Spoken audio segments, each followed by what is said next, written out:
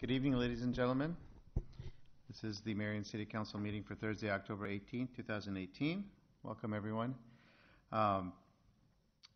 Please rise for the posting of the colors by the Marion Police Department Honor Guard, and followed by the Pledge of Allegiance.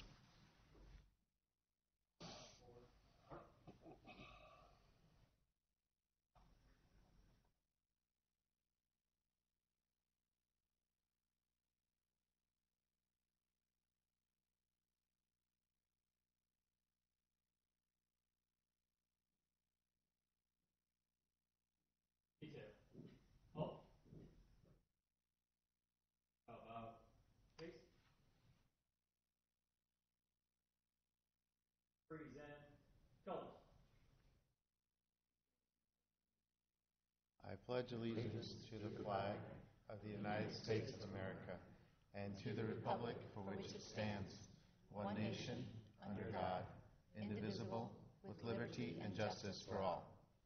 Order, go. Ready, face. Forward, march.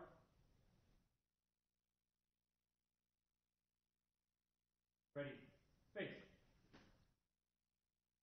Ready, pose.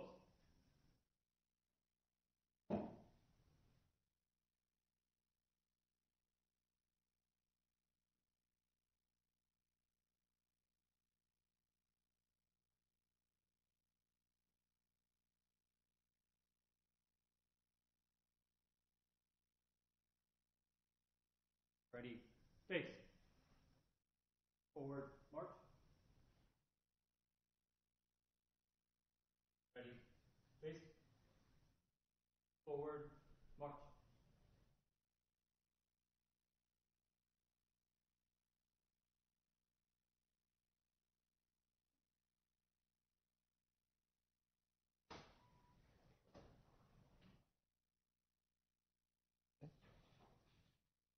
Please be seated. Thank you.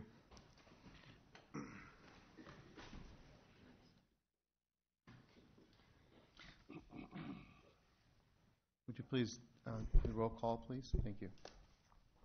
Mr. Draper? Here. Mr. Jensen? Present. Mayor Abu Osley? Here. Ms. Gedalia? Here. Mr. Brandt? Here. Mr. Sternad? Present. Thank you. This time we have a moment of silence.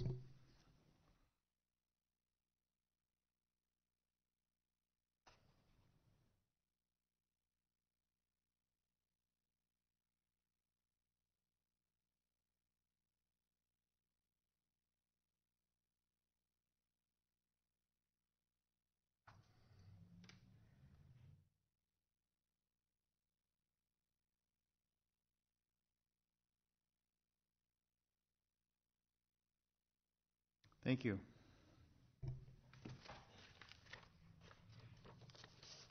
Okay, our first item on our agenda is the appointment of a new representative for the Ward 1 City Council seat, which has been vacated by the resignation of Kim Etzel.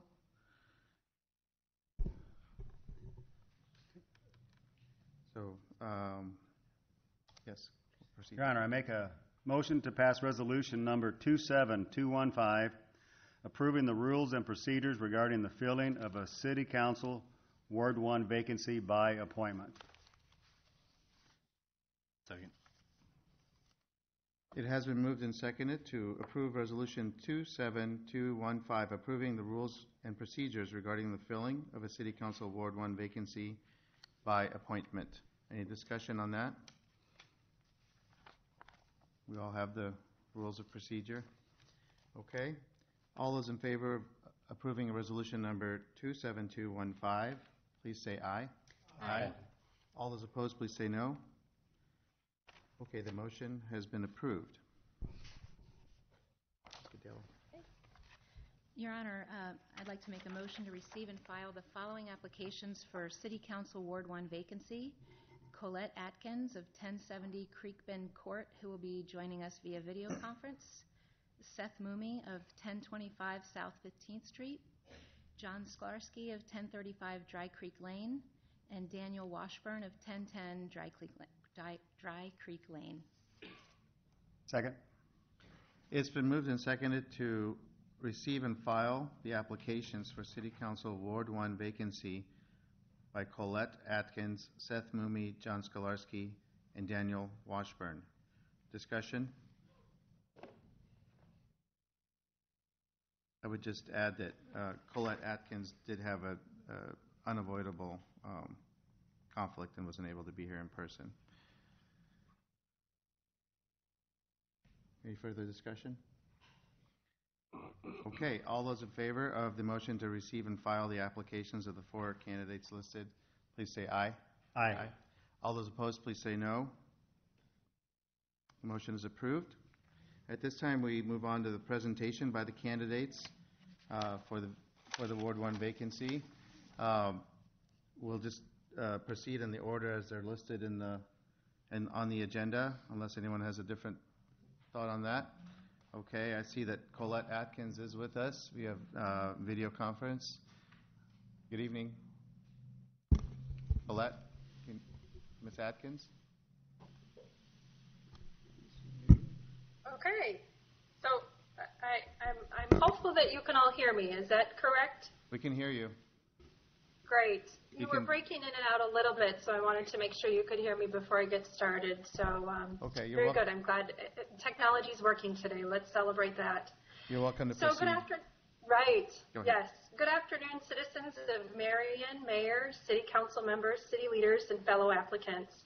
I really want to start by just thanking the city for my request to present at a distance and allowing that. Without that accommodation, I would have had to rescind my application. And I think this effort of inclusion is indicative of my experiences in Marion, and I'm grateful that these are the characteristics that are also prevalent of our city government, so thank you. Another sort of thing I'm kind of excited about, I guess, is thankfully I took my husband's name several years ago when we got married, and I always get to be the first one. So with that, we'll get started. I've been a proud citizen of Ward 1 in Marion for over 20 years, or 10 years rather. My husband and I, we specifically selected the city based on the quality of living it could provide us, and at that time, our very young children. And today, I still feel that way. The forward-thinking evidenced by Marion's Reach Higher mantra and the leadership over the last several years has solidified my commitment and love of Marion. As the only applicant with no direct experience with Marion city governance, you may have a few questions about why I'm interested in serving the city of Marion. So over the next few minutes, I hope to share with you who I am and what I'll bring to the city council.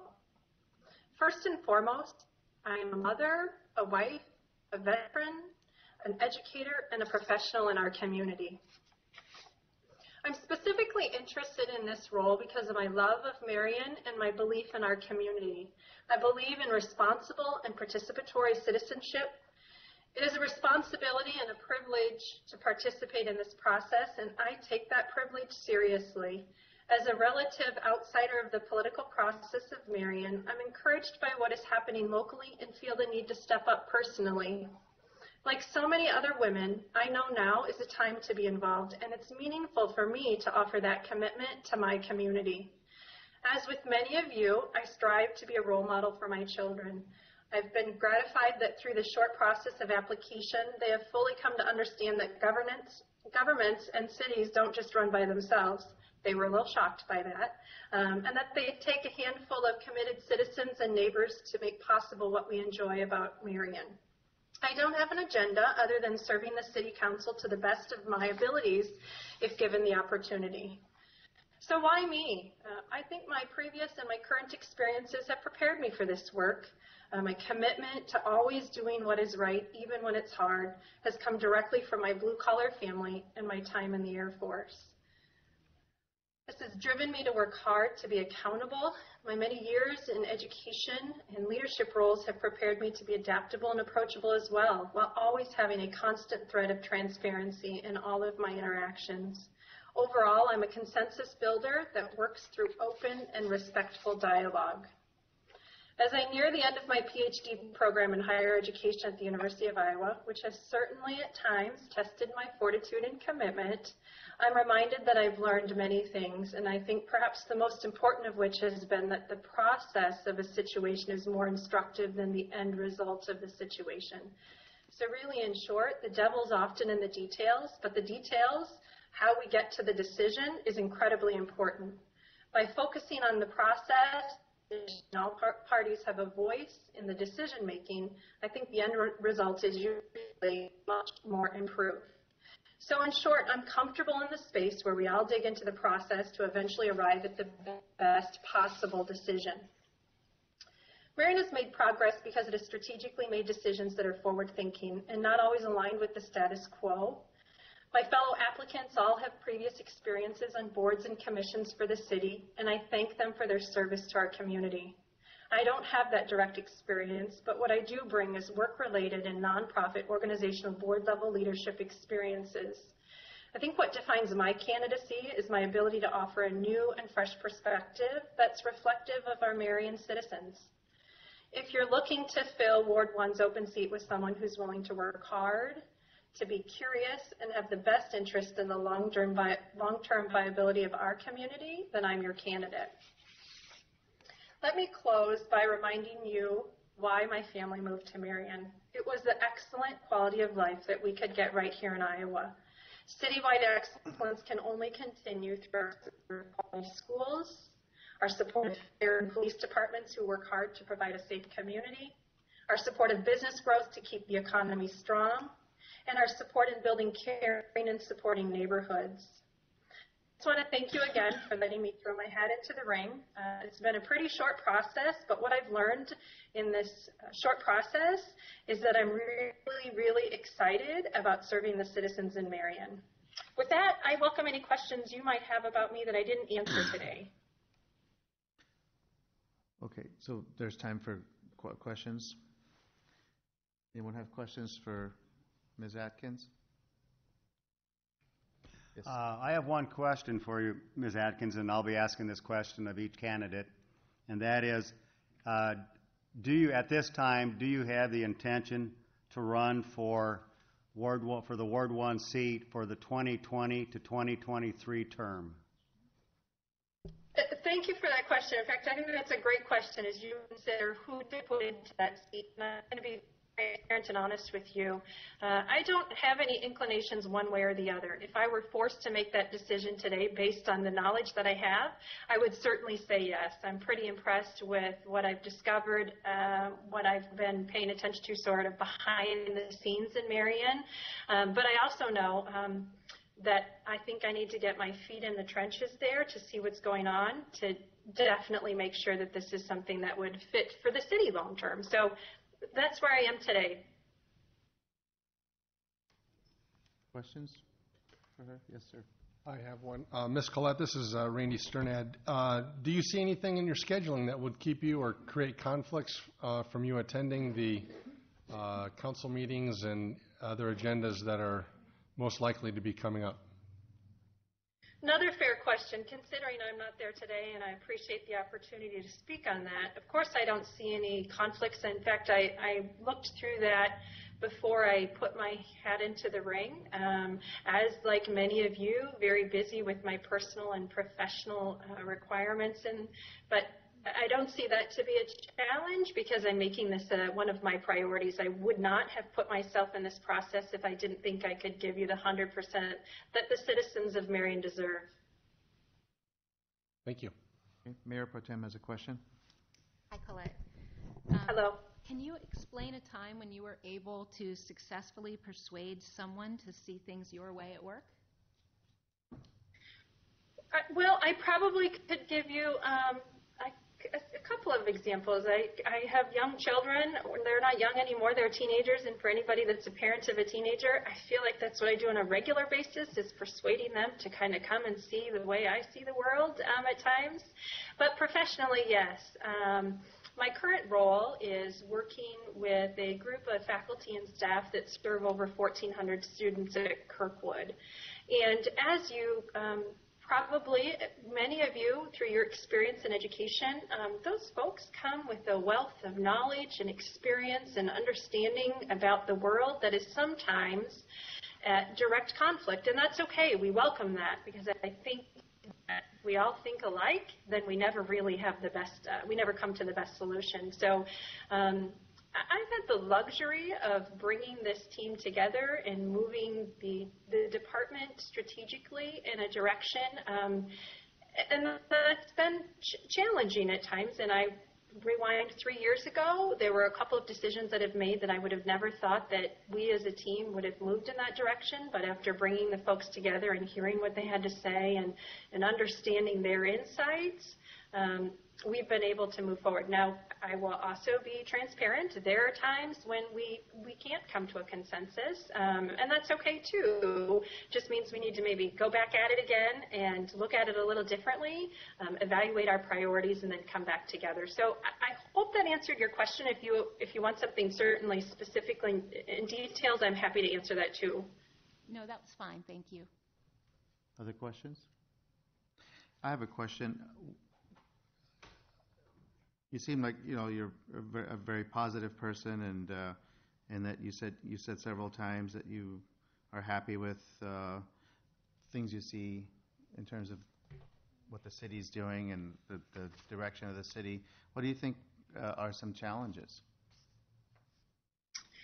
So I think one challenge is as a city, continue to be moving forward and be mindful with the infrastructure design. I think it's the city's there, right? And so how do we be mindful when we already have buildings and streets and businesses in the spaces that they are? And you've been doing that hard work, but I think there's a lot more to go on that. And so I think that's where probably we need to, the rubber meets the road, right? I think that there's some more work to be done in that space. So you were cutting out for a lot of that. I hate to make you repeat it, but if you can just synopsize it again. Sure. So hopefully you can hear me. I'll try to, maybe I was speaking too fast. So I think probably the biggest challenge for the city is to continue to work on the infrastructure, which supports everything that we do, both today and tomorrow. And boy, it would be easy if we were starting with nothing. We didn't have streets, we didn't have businesses, we didn't have a culture about our city, but we do. And so I think there's a lot more work to be done in that space to bring our citizens along in the direction that the city's going. Good work has been done, and I certainly don't want to sort of sweep that under the rug. But I think there's much more work to be done in that space as we think about the long-term viability of our community. I have one more question. You said you're a consensus builder. How do you go about that? So, I might say after a few years of experience, I may not have always been that way when I was 20 and thinking that I knew it all, right? But I really learned over my time that there's a lot of value in making sure you bring all voices forward. And when you do that, you often can have good discussion and come up with the decision that everybody seems to be supportive of. They're not always 100% in, right? But I think when we bring those voices in, as I shared earlier, we absolutely can come up with a better solution. In fact, one of my strategies is to bring the loudest voice in that is often in direct conflict with the direction I might want to go on something, because they only help me and the rest of the folks that we're working with to have the best solution for everybody involved. So I think that's how you build consensus, is you bring those folks in that don't think like you and more generally give you a little run for your money. Thank you. Other questions? The two that I was going to ask everybody have been asked, so I'll just go with, just tell me what you like the most about Marion. I mean, why do you enjoy living in Marion?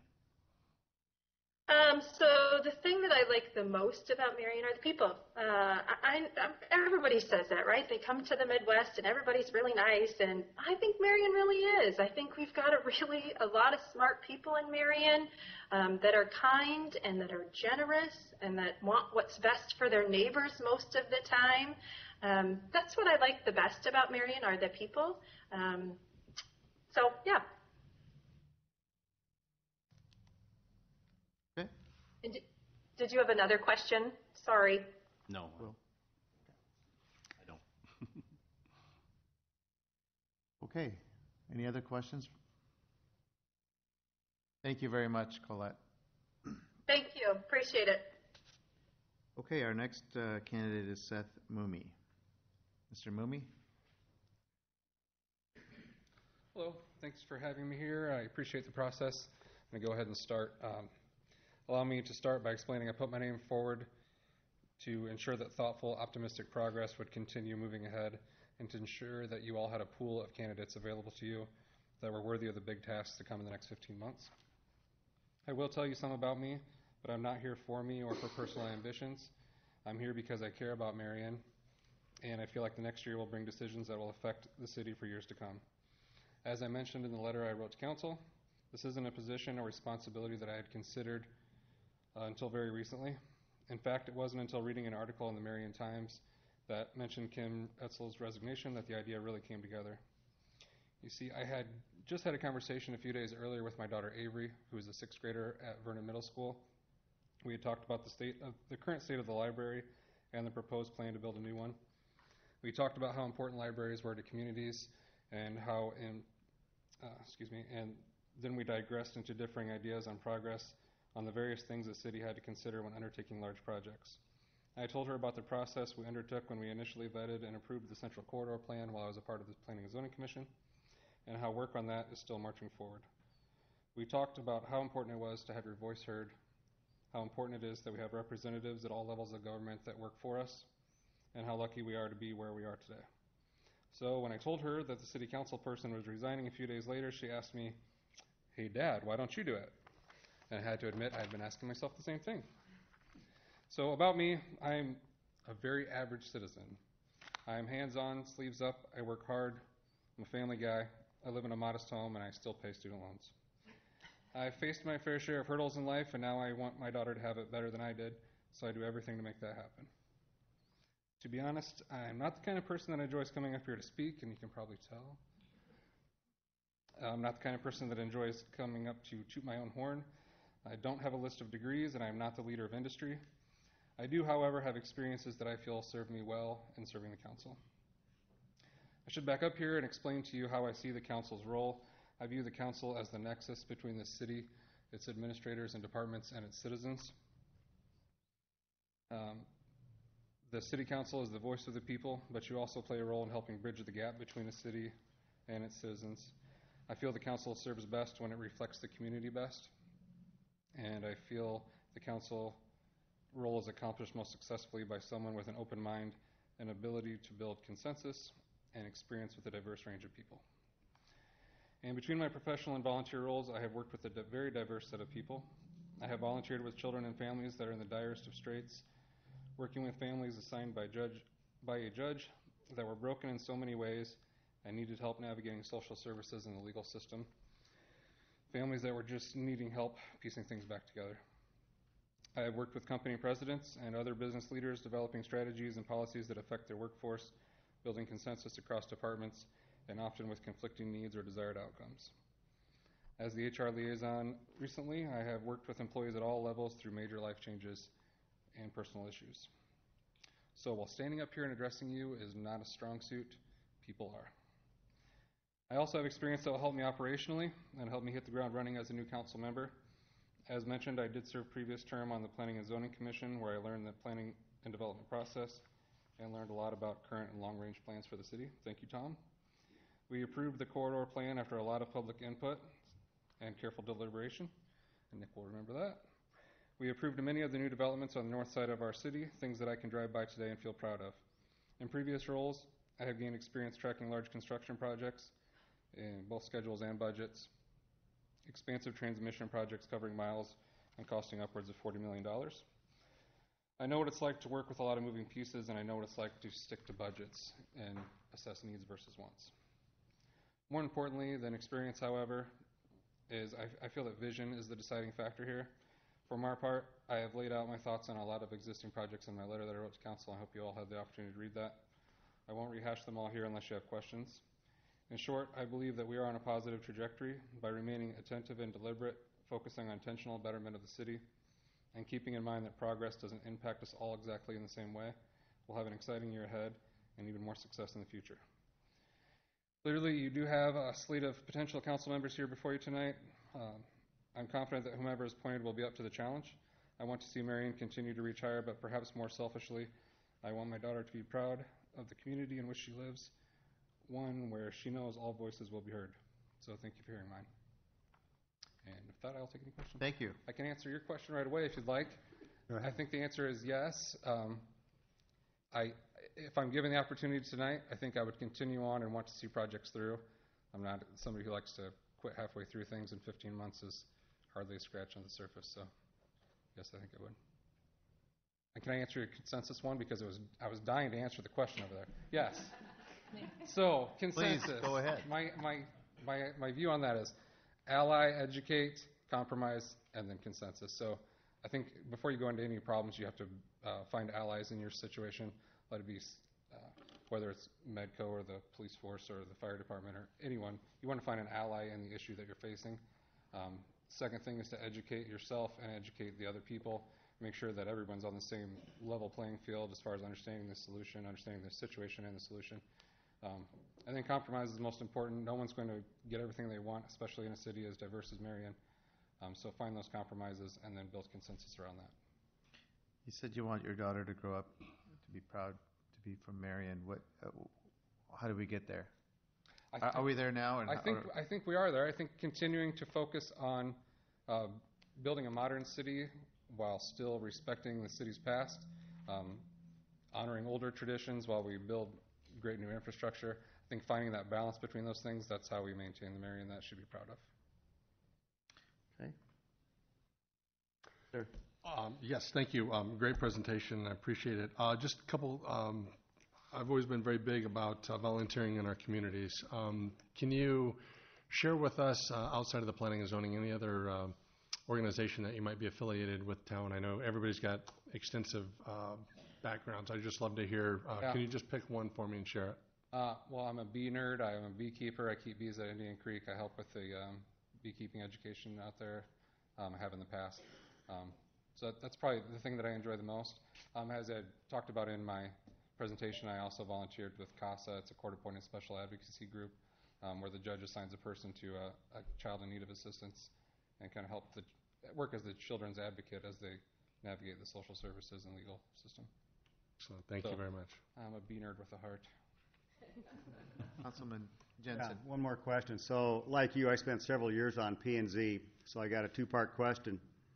The first one is, what do you find most challenging about being on P&Z? And the second part of that is, what decision were you involved in that, with hindsight, you regret? Well, the most difficult thing is working with Tom, probably. I mean, other than that, I think the most difficult thing is, I mean, in all honesty, it's when we have a public hearing and there are people that come up and they're very divided. And the Central Corridor Plan was one that was very heated and very divided. So just kind of navigating that and making sure that everybody respects each other in the conversation and hears each other fully without waiting to respond. I think that's the most challenging. Something I regret, I have a difficult time finding or thinking of a specific example off the top of my head. I'm proud of the work that we did in the P&Z when I was there, the Central Corridor Plan especially.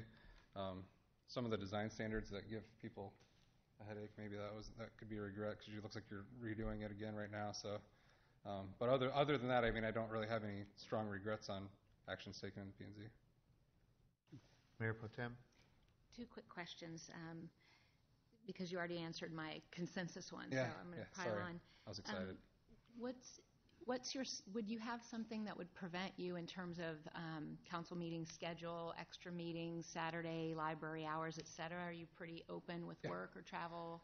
Yeah, I am. I talked to my employer. I talked to our ethics committee at work to make sure it wasn't an issue. There are no, they're really supportive of people who volunteer and work in the communities. They're very supportive of it. My daughter's in 6th grade now, so she's fairly independent, more independent than I would prefer, but she's happy to have me do this, so.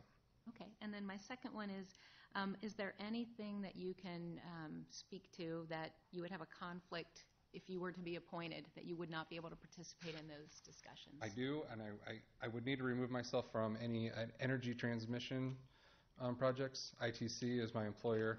Okay. We have a land option on a substation by 44th Street. We have lines going through the city. So anything that revolved around my employer's transmission assets, obviously I would recuse myself. Okay, thanks, Seth. Yep. I'll ask the same question as before. What do you love about Marion? Why do you love living in Marion? Hopefully it's love. The schools are really why. I have a sister, I have nieces and nephews and cousins that went through the Marion schools. That's the thing I like the most in Marion Independent. It's where my daughter goes to Vernon. That's the thing that drew me here. I mean, the people will keep me here. Thank you. Any other questions? Pass mine on to other people. Okay. No? Okay, thank you very much. Thank you, sir.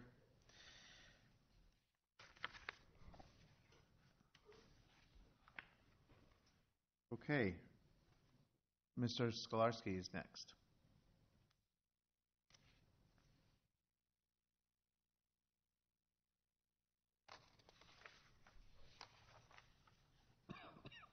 Good evening.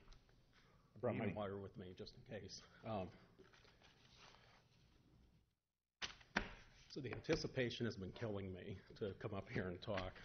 I put in my application about 3 weeks ago, so it's been going through my head a lot, about what I would say and tell you about why I think I'm the best candidate for you. I am actually not from Marion. I'm a transplant from Johnstown, Pennsylvania. I moved to Iowa about 12 years ago when I met my then wife. She is a resident of Marion, or almost has always been a resident of Marion. She's a graduate of Marion High School. When I first moved here, we were in a condo in Cedar Rapids, just on the other side of the border of Marion. And when we were looking for a house, it was very important to her that we moved to Marion. And I didn't quite understand then, at that moment, why it meant so much to her. But I certainly do now. And it didn't take long to understand what was so special about the city. So I've been a resident of Marion for 12 years now, all of a sudden, and have been loving it. To give you a little bit of, you've seen my resume and my letter. I just wanted to give you a little bit of background from that. Currently, I work at Rockwell Collins. I'm a senior systems engineer on an advanced systems team. And I don't expect you to understand anything that I do on that team. We do something called model-based systems engineering. It's a research and development project where really we try to come up with a lot of different ideas on how we're going to approach doing things for our customers. The project that I'm on is intended to position our company for future development with U.S. Army contracts. I currently am the team lead for a team of 8 people, and I help to set the vision for that team for what we're going to execute so that we can be in the best position to be able to apply for and accept those contracts. My city involvement started a while ago, a long time ago. One of the first things, and we had a councilman that lived in my neighborhood, and one of the things that bothered me that I talked to him about was the intersection near my house, the Lindale and 8th intersection, the 3rd worst intersection in the city, I believe. And he encouraged me to come to the city council and speak about that intersection and express what I thought would be a good solution. I keep waiting for that, and I see it slowly gaining traction to do something about that. But I continued to talk to him, and about ideas that I had for the city. And soon I found myself being appointed to the Local Option Sales Tax Committee. I was one of the inaugural members of that committee, and I'm still on that committee. During my time, I served as vice chair for 2 years, and then I was chair most recently for 2 years. Our bylaws prevented me from serving longer than that in that leadership position. But when I was on that committee as chair, one of the things that I tried to encourage was loop-back reporting. So we oversee these projects, but we never know, what's the money really being spent for. And so I would try to have some people come back and show us. I think the one that took it to heart most was Chief Deb, where she actually brought one of the fire trucks to our meetings to show us outside, which was quite exciting. So. Also during my time, I did serve on the Parks Master Steering Plan Committee as well. The reason that I'm seeking this seat is that I'm actually looking for the next level of involvement that I can take with the city. I've been slowly gaining more experience, I think, through my involvement. Been getting more involved. I've had the chance to meet a lot of the council members, department heads, and learn a lot about what's going on. I also think that I've reached a point in my life with my family and my work life, my career, where I feel that I can actually successfully take this on and successfully contribute to the city council and to the city of Marion. Whenever this position first came open, believe it or not, it was my wife that encouraged me to apply for it. She said, I think you'd be good for this, and I know you have some interest in doing this, and you should really go for it. That meant quite a lot to me that she did that. She's not here tonight because she's with my daughter at an activity, so I think it's an exciting time to be a part of Marion's growth and development. There's so much going on. I have a very diverse background. I've been a teacher. I've worked in healthcare. I've worked in avionics and engineering currently. And what I've always found by that experience is that I bring a very unique perspective to anything that I participate in. And I think that unique perspective would help the city achieve its goals. Anyone that knows me knows that I'm a critical thinker and that I'm not afraid to speak my mind. I'm not afraid to challenge the status quo at times, but respectfully challenge the status quo. I am fiscally responsible with my own home budget. My workplace trusts me with their money. I currently also oversee a $400,000 budget for our 3-month quarter. I am also currently the treasurer of the Bowman Woods PTO, where I'm also responsible for overseeing the budget for that organization, approximately $19,000. And I think as a council member, I view myself as a steward of the taxpayers' money. I think that's very important to think that way. What I will do is bring my ideas to the table to push the boundaries of what's possible for the betterment of the city. There's a couple things where I think we can have some better forward-thinking policies and some challenges I think that the city are meeting that we need to try to accomplish. One thing that I stated in my letter was about small business development. I see the city as a great place where a lot of people are not afraid to take chances in starting any business. I think that we also need to try as a city and have a responsibility to help those businesses grow and to thrive in our city. I would like to look for us to work with Medco and the Chamber to try to develop some value-added services that we maybe can bring to bring those businesses into our city. At the work session on Tuesday, Nick Blue's presentation really resonated with me because it was something that I was really thinking of whenever I said that. We have a lot of development going on in Marion, but there's a lot of competing development going on in the neighboring communities. And as I drive around town, there's a lot of new development that have empty storefronts. And so I think we have a challenge to try to fill those storefronts in our community the best that we can. I also stated that I have environmental concerns that I think we can address. One thing that's somewhat near and dear to my heart is that of light pollution. It sounds silly, but I think that's something that we can look with Tom Treehorn's presentation that he gave about zoning opportunities. That's a place where we can inject some policies that would help with that type of situation. I also think the city should embrace alternative energies to try to save taxpayer money. I look at something like Lau Park that has a very large south-facing roof, and I can see a bunch of solar panels on there generating energy for us. I did the same thing on my own home last summer, where I've seen a 60% reduction in my energy bills. And how nice would that be to bring that to our own budget? I also feel that stormwater management's very important. I'm from Johnstown. It's known for two things, floods and steel. And I've been doing my part at my house with a permeable paper patio and also installation of a rain garden a project that I'm starting soon. But Marion's policies towards stormwater management are not the leader in this area. I wrote a letter to the council last year addressing as such. And I think with having Indian Creek running through our community, that's something that we can actually do better at. Finally, I want to add, if you looked at my education, I have mostly a math background, a bachelor's in math, computational math for a master's in education. But what's often overlooked is that little minor in history that I have. History is important to me. One of our other challenges is, as Marion moves forward, trying to maintain that historic preservation. I do not believe that historic preservation and progress are mutually exclusive.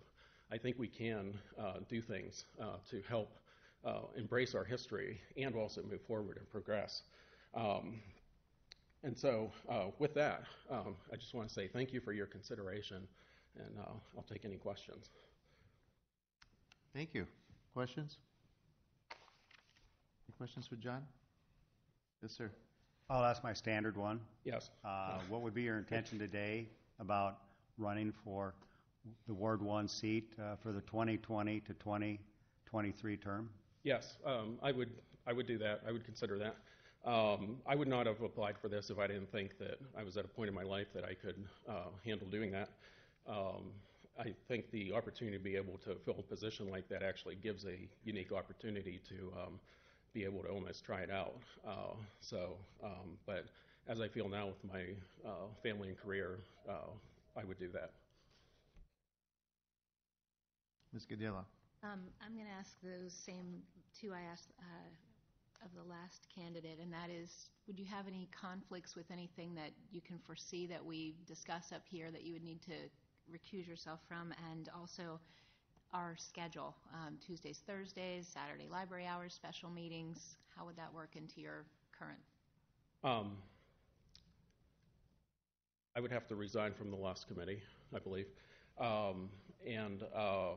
I don't see any other conflicts.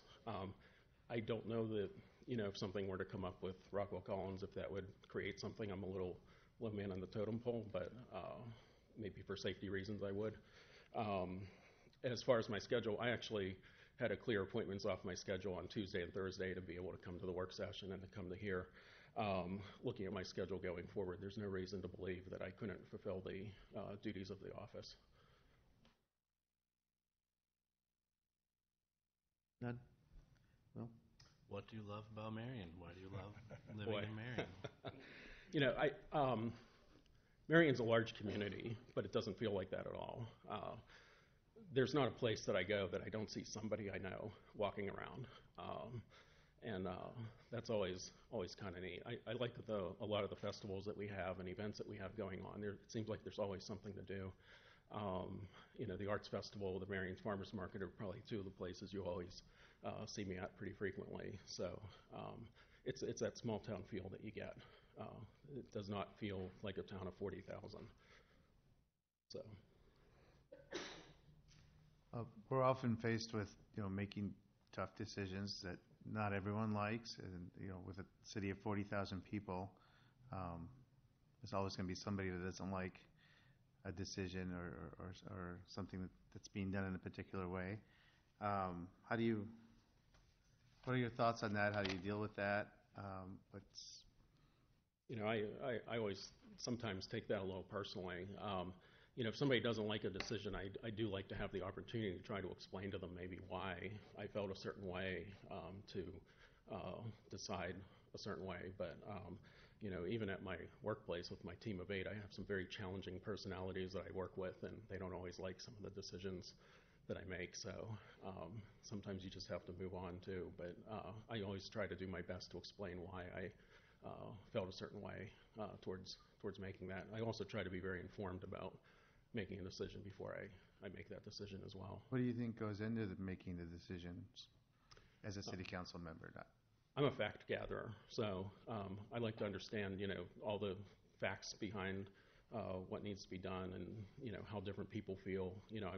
I think hearing other people's voices, pros and cons, are very important to feed into that. Okay. Any other questions for John? No. Thank you, Mr. Sklarski. Great. Thank you.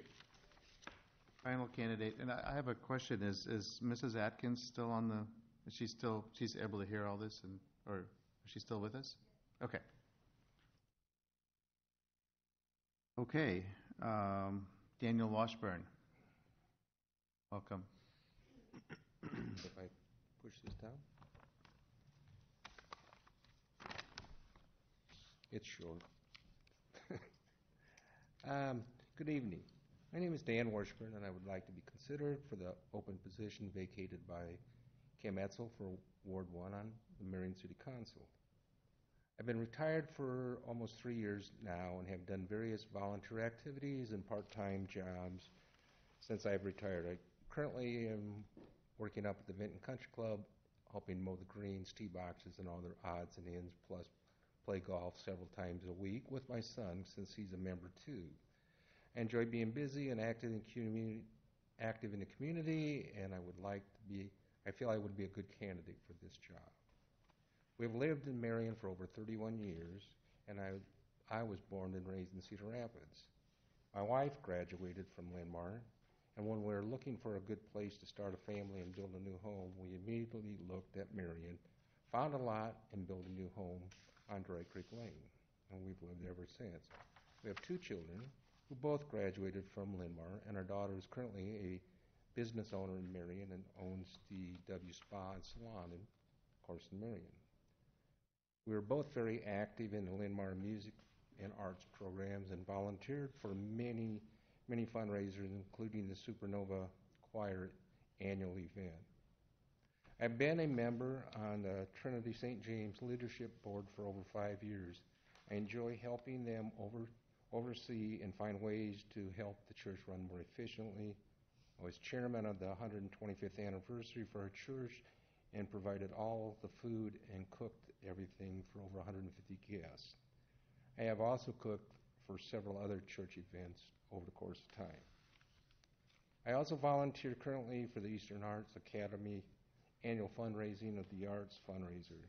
I have cooked meals for the Marion Cares Foundation and have spent time volunteering my time in the past for several Marion politicians while they were running for elections. I retired from Rockwell after 31 years, and my job as a subcontract program manager was to interface with both external and internal customers. My job held me responsible for the profit, the loss, cost and schedule, and any growth in scope. I was also responsible to manage the subcontractor from the beginning of the project to the very end. In all my other positions at Rockwell, I was either involved or responsible for negotiations for all aspects of those projects. I'm a big proponent of helping small businesses in Marion, as my father was a plumbing contractor in Cedar Rapids for over 40 years. And both my brother and I worked for him for over 2 years trying to help him grow that business. We've been very pleased with the direction that Marion is moving and feel like this is a great place to live.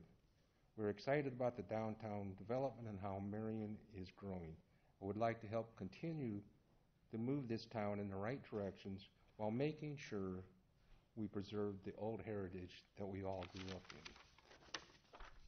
Since I am retired and I'm available for meetings and functions that are required to fill this job, I feel that I will always have the time. I will always make myself available to discuss any issues in person, either over a cup of coffee or any other public place. It would be a privilege and an honor to be selected for this position, and I want to thank you for your consideration for this opportunity. Thank you, Mr. Washburn. Questions? Mayor Pro Tem.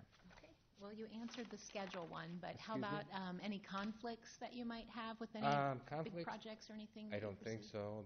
You know, I'm retired, I'm available. I've never had conflicts before, so I don't anticipate any conflicts. My time is whatever whatever the city requires me to be at or wants me to help with. Okay, and then my other question, which was the one that I asked Ms. Adkins, can you explain a time where you were able to successfully persuade someone to see things your way? I'm sorry? Can you explain a time when you were successfully able to persuade a person or a group to see things your way? Oh, that was a common thing I had to do at Rockwell. I mean, I had to do stand-up presentations all the way up to the what we called number ones, which were direct reports to our CEO.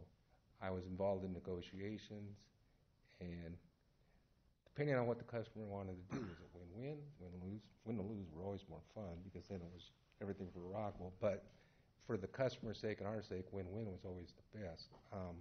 Yes, I had conflicts on my teams, but I always try to listen to their side. Of course, on the business side, sometimes you don't always, consensus isn't always the way you decide things. It's like, okay, here's what's best for the company, here's what's best for the customer. And so you have to make those decisions. Was I able to push gently? Yes, I could. And if I had to, I could push a little hard. One of my bosses always said, the thing I love most about you, Dan, is I would call it you're passionate. I can give you as much work. You can be over busy. I'll give it to you.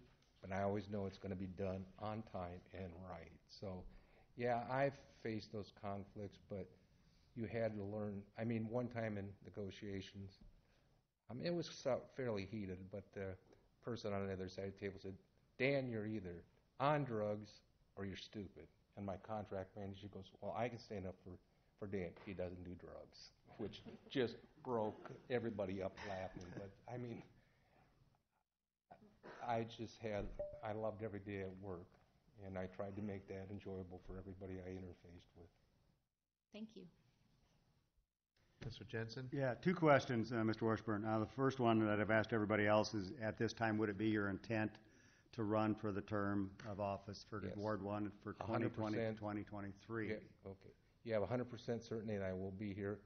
I hope if I'm selected tonight, that privilege will be able to go on, and I can start my third career. I've had two careers previously. This will become now my third career. Now, if I understood one of your statements, if I understood it correctly, that you said you were fairly pleased with the Marion direction. Do I interpret that there may be an area or two that you feel should have been changed or done differently? No, actually, I mean, the only thing I see Marion, and like everybody knows, it's all about money for now and in the future. Actually, Marion and nobody here are paying for mistakes that were made many, many years ago, and I can give you a classic example. We didn't make developers put in storm sewers, and they ran through people's yards, and now, and a lot of times, we're going back and have to put those storm sewers into my street is an example. I drained all of my street plus 3 half streets above us went through my yard.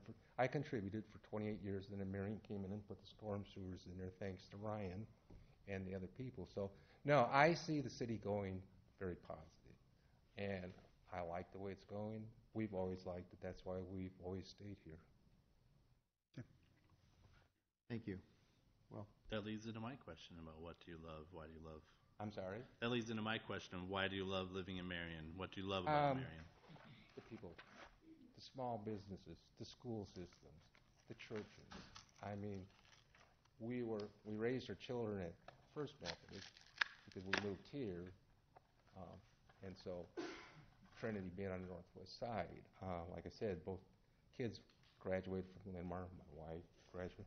I was one of those blue-collar people that went to Jefferson and the northwest side, they used to go, oh, terrible education. I said, calculus is still the same as I took. It never changes, kids. So, but yeah, there's so many positive things about Marion. I mean, the neighbors, the small. I love the small. I always buy small business locally. I don't go to Walmart. I don't go to Best Buy. I can buy the same TV here in Marion for the same price as I can get it at Best Buy, and he will deliver it and set it up for me.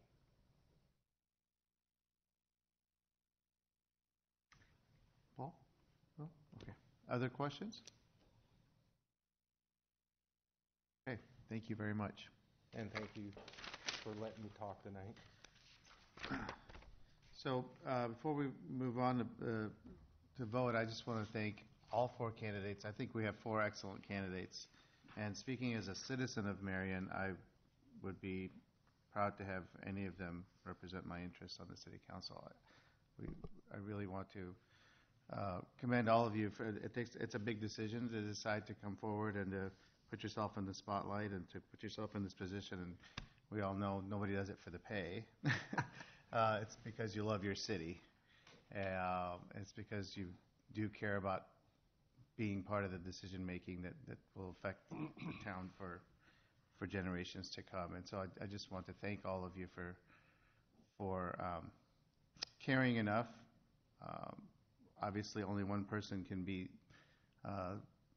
selected for the position tonight, but I do encourage and hope that you all will continue serving the city in other ways. There's many other ways to serve, and that you'll be involved and have your input in other ways, and possibly run for the position again in the future. So, okay, with that, we'll proceed with the balloting.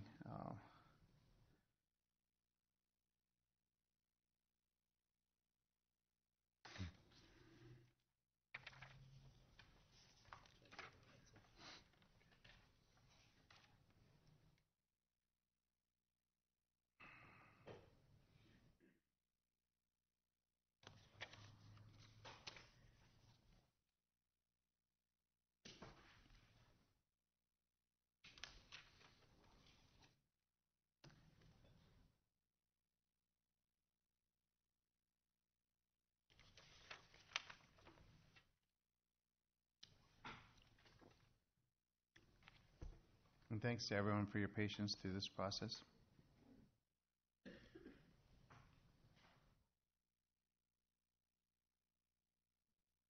We have one for Ms. Atkins. A second one for Ms. Atkins.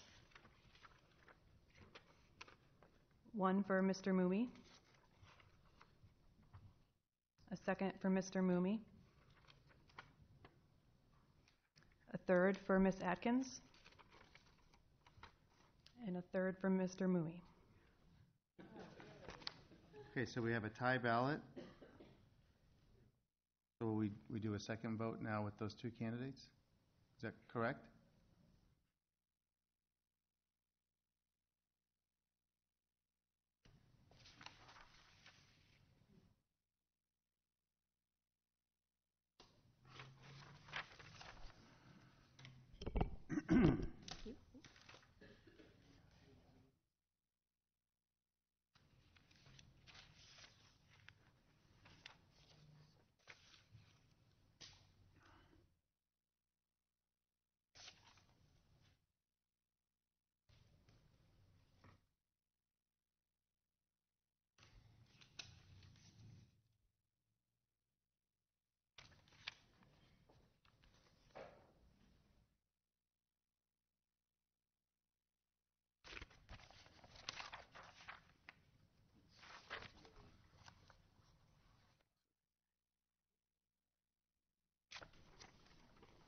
One for Ms. Atkins. Second for Ms. Atkins. One for Mr. Moomey. A second for Mr. Moomey. Third for Mr. Moomey. And a third for Ms. Atkins. Okay. So at this point, We do this one more time? Reballot up to 2 times if necessary. So we have another ballot.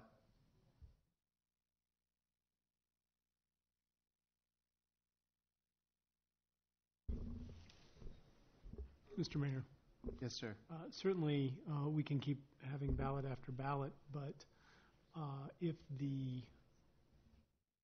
I believe it would be appropriate if the council wanted to invite those two candidates back to speak further, maybe to persuade council. I think that would be Okay. appropriate under the circumstances. Thank you. Is there value in that? Okay. We'll give each of those two candidates another 5 minutes to come up and add anything they might want to add that they, so I guess we can start with Mr. Mumey. Do we have to go through a process to bring Mrs. Atkins back? Oh, okay. Well, let's just go in that same order then.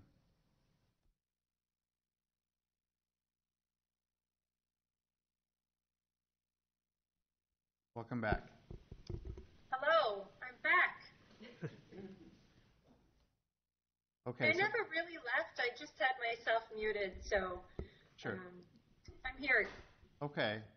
So is there anything you'd like to add? Does she know the status here? So, yes, you're aware of that we have two candidates who are have received tied votes. Okay. Yes, yes. You and Mr. Mumey.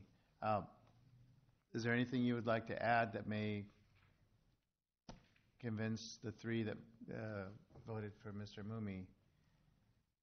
Sure. I think it comes down to Seth and I obviously have much different experiences. I think I enjoyed listening to him and him talking about his daughter and sort of what that means to him holding this position. I appreciate that, his work that he's done on commissions for the council and those experiences, and so I recognize the importance of that.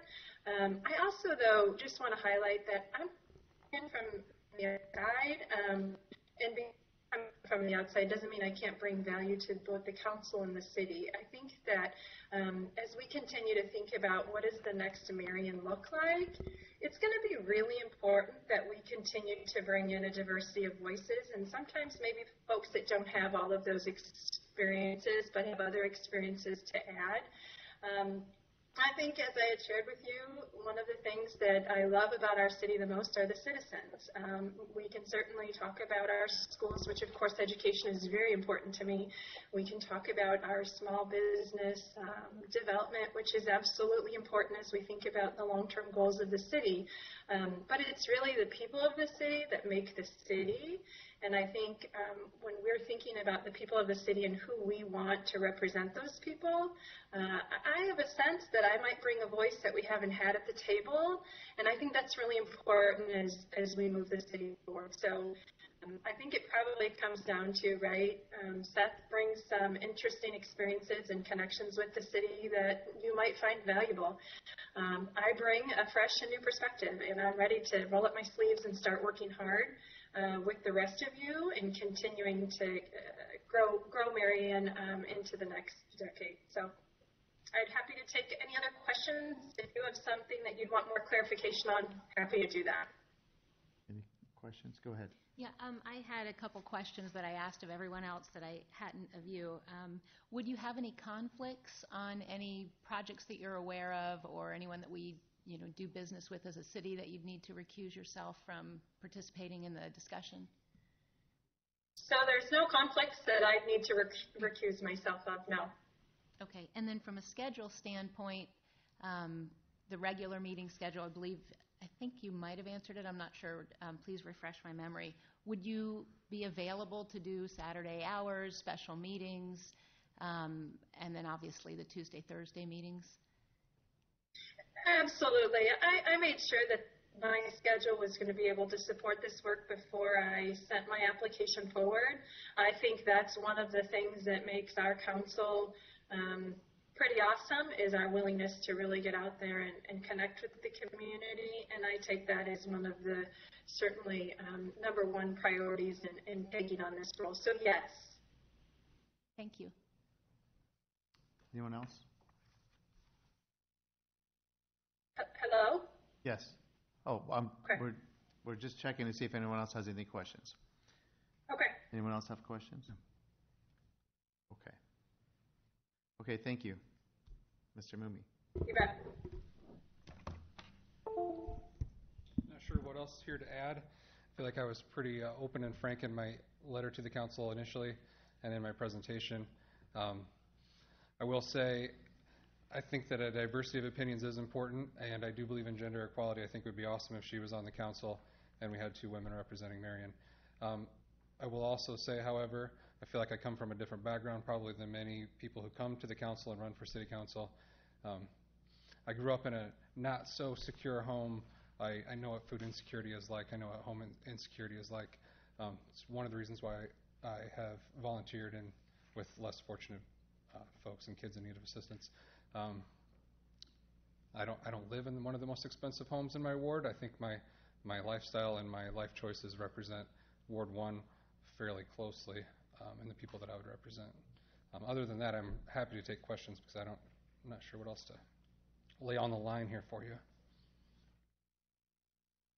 Questions? I don't have any. Okay. Okay. Thank you. Thanks.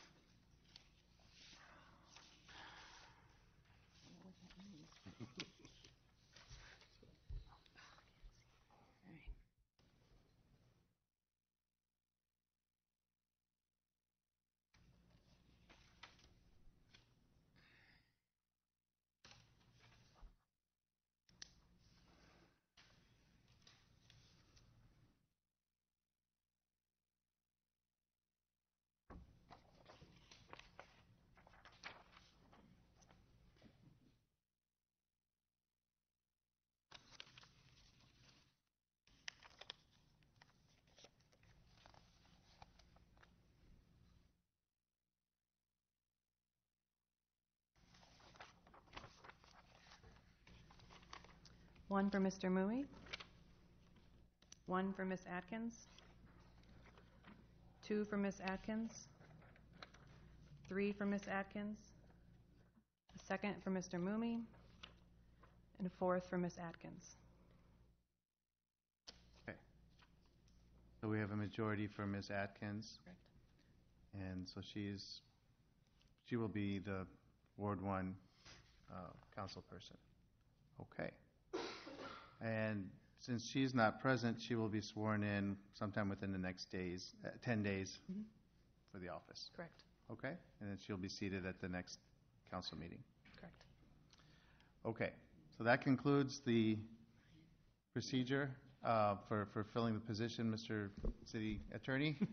I'm assuming she's still on. Yeah. Do we just want to notify her? I'm assuming she's hearing what we're saying, but just for the record, do we want to make a record of her acknowledging it on the record? Welcome back. Congratulations.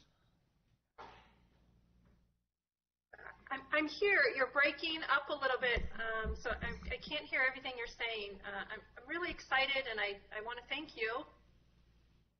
We look forward to working with you. Congratulations. Likewise. Thank you. Thank you. Congratulations. Okay. And again, thank you to the other candidates. We really appreciate your putting yourself out there and your wanting to serve in the position. And we hope that you'll continue to work with us in other capacities. Okay? Thank you. Is that anything left to be done with that process? Or are we? I've got a resolution. There's a resolution making that appointment. Yes, so we'll move on with the resolution. I make a motion to approve Resolution 27216, making an appointment to fill a vacancy on the Marion City Council until the next pending election as defined in Section 69.12 of the Iowa Code. Second? It has been moved and seconded to approve resolution number 27216, making an appointment to fill the vacancy on the Marion City Council until the next pending election as defined in Section 69.12 of the Iowa Code, and the appointment is Colette Atkins. Discussion? Okay. All those in favor of resolution number 27216, please say aye. Aye. All those opposed, please say no. The motion is approved. Okay. We will go back to a couple items we had on the agenda, which numbers 1 and 2. We have a promotion ceremony. Chief McHale? Yes, sir. Sure.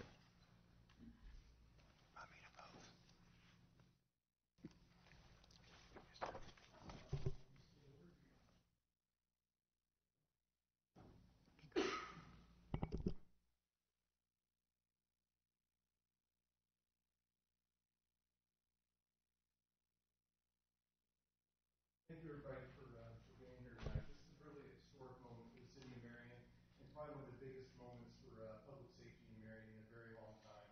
I'm about to promote Rhonda Kaczynski to the Public Safety Communications Center Manager for the city of Marion.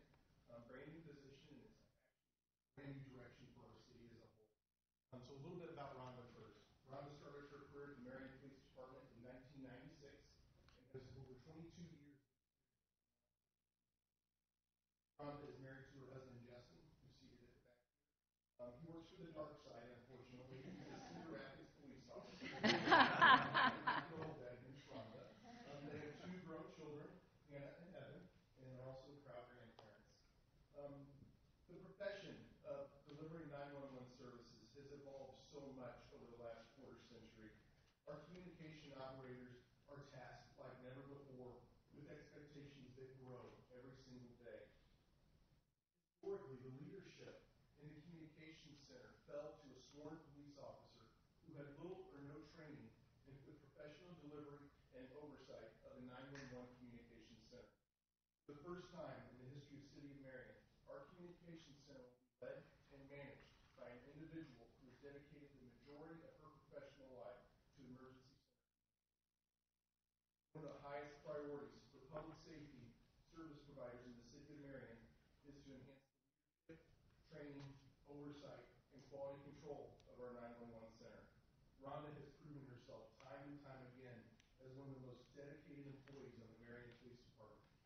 She gained the trust of her peers, her soon-to-be subordinates, and the entire sworn staff of the Marion Police and Fire Departments.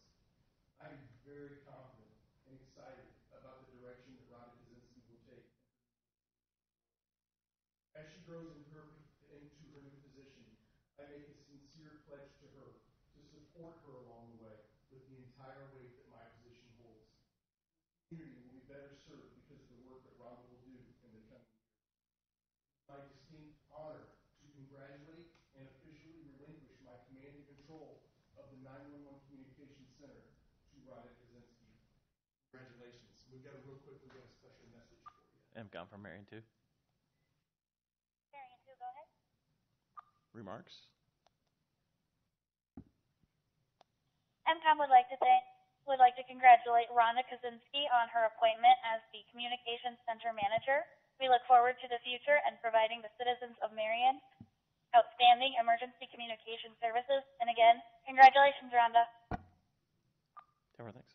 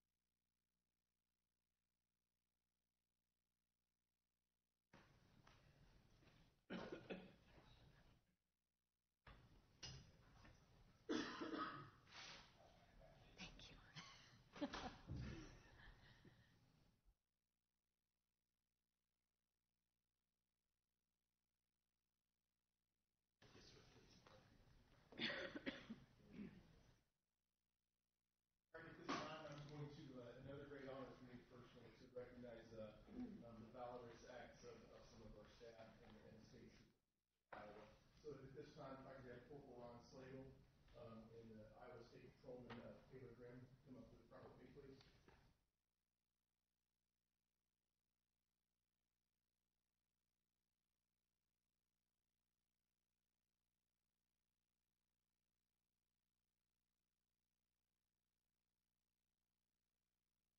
September 20th, 2018, the Marion Police Department received a 911 call from a concerned citizen in regards to a male in the passenger seat of a vehicle assaulting the female driver. The caller, who was driving the car with his wife and infant child, decided to follow the car to try to attempt to locate it and call police to the scene. The suspect in the silver car stuck a handgun out of the passenger window of the vehicle and began firing at the caller. I remember this night because Corporal Slagle was actually working here at council. 5 minutes later, he put himself in the line of fire, interrupting an active shooter in progress. He initiated a vehicle pursuit with the vehicle that led Corporal Slagle through the city of Marion and out of the city limits. As the pursuit approached Albernet Road and County Home Road, Trooper Taylor Grimm was there to offer assistance. Grimm took over as the primary unit of the pursuit, and Corporal Slagle followed as a secondary unit, keeping all units aware of the pursuit's location. Trooper Grimm and Corporal Slagle never lost sight of the vehicle, and due to the Lynn County-wide radio system, they were able to communicate with other responding elements moving into the area. When the pursuit came to the intersection of Centerpoint Road and County Home Road, Trooper Grimm courageously sped up to beat the suspect vehicle into the intersection to protect other citizens that were trying to get through. Due to the outstanding work of the Hiawatha Police Department, they were able to get stop sticks in front of the suspect and incapacitated the vehicle's tires just before they got to 380. Several area agencies worked effectively on this case. The suspect was safely arrested and charged with 3 counts of attempted murder. I am very proud of everyone that was involved in this case, including communications operator Ashley Hill and Sarah Hyatt, who's seated right over there. Hi, Sarah. Great job. Thank you so much. They both received letters of commendation. But Corporal Slagle and Trooper Grimm, your acts of courage, bravery, and dedication reflect very positively upon your profession, the city of Marion, the state of Iowa, and your families as a whole. And I am darn proud to recognize you tonight. So thank you.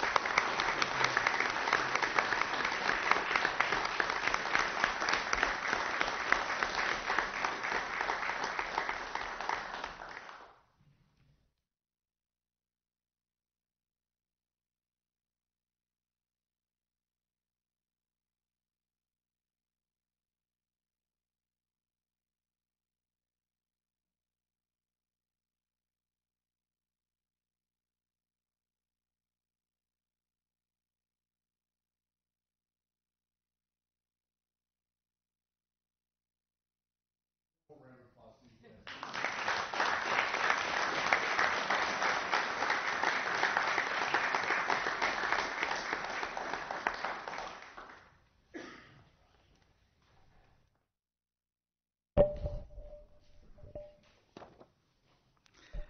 While I'm down here, we have a proclamation tonight, and this is for National Disability Employment Awareness Month, and we have someone here to accept the proclamation. We have Danielle from our Marion Civil Rights Commission, so I'll read it and then we'll present it. Okay. We'll wait till...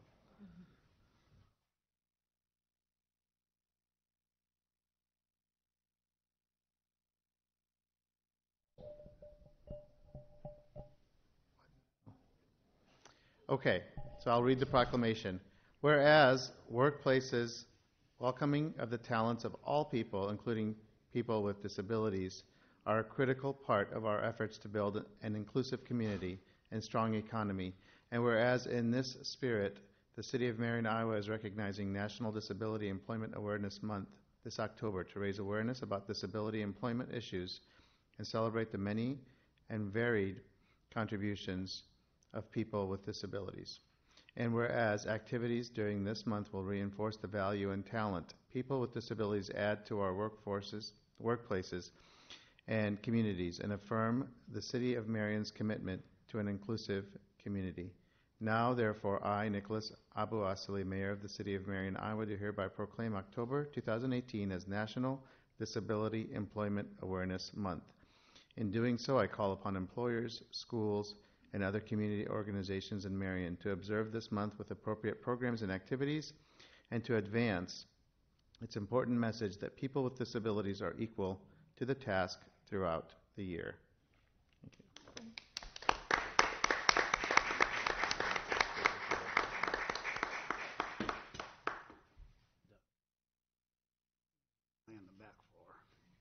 And I just want to take the opportunity to thank the Civil Rights Commission. They're really doing a great job.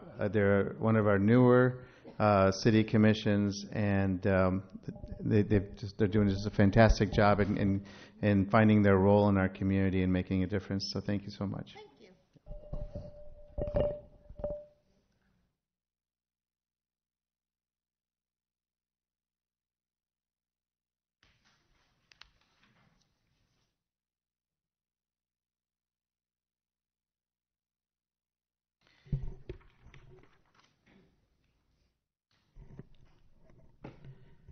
Okay.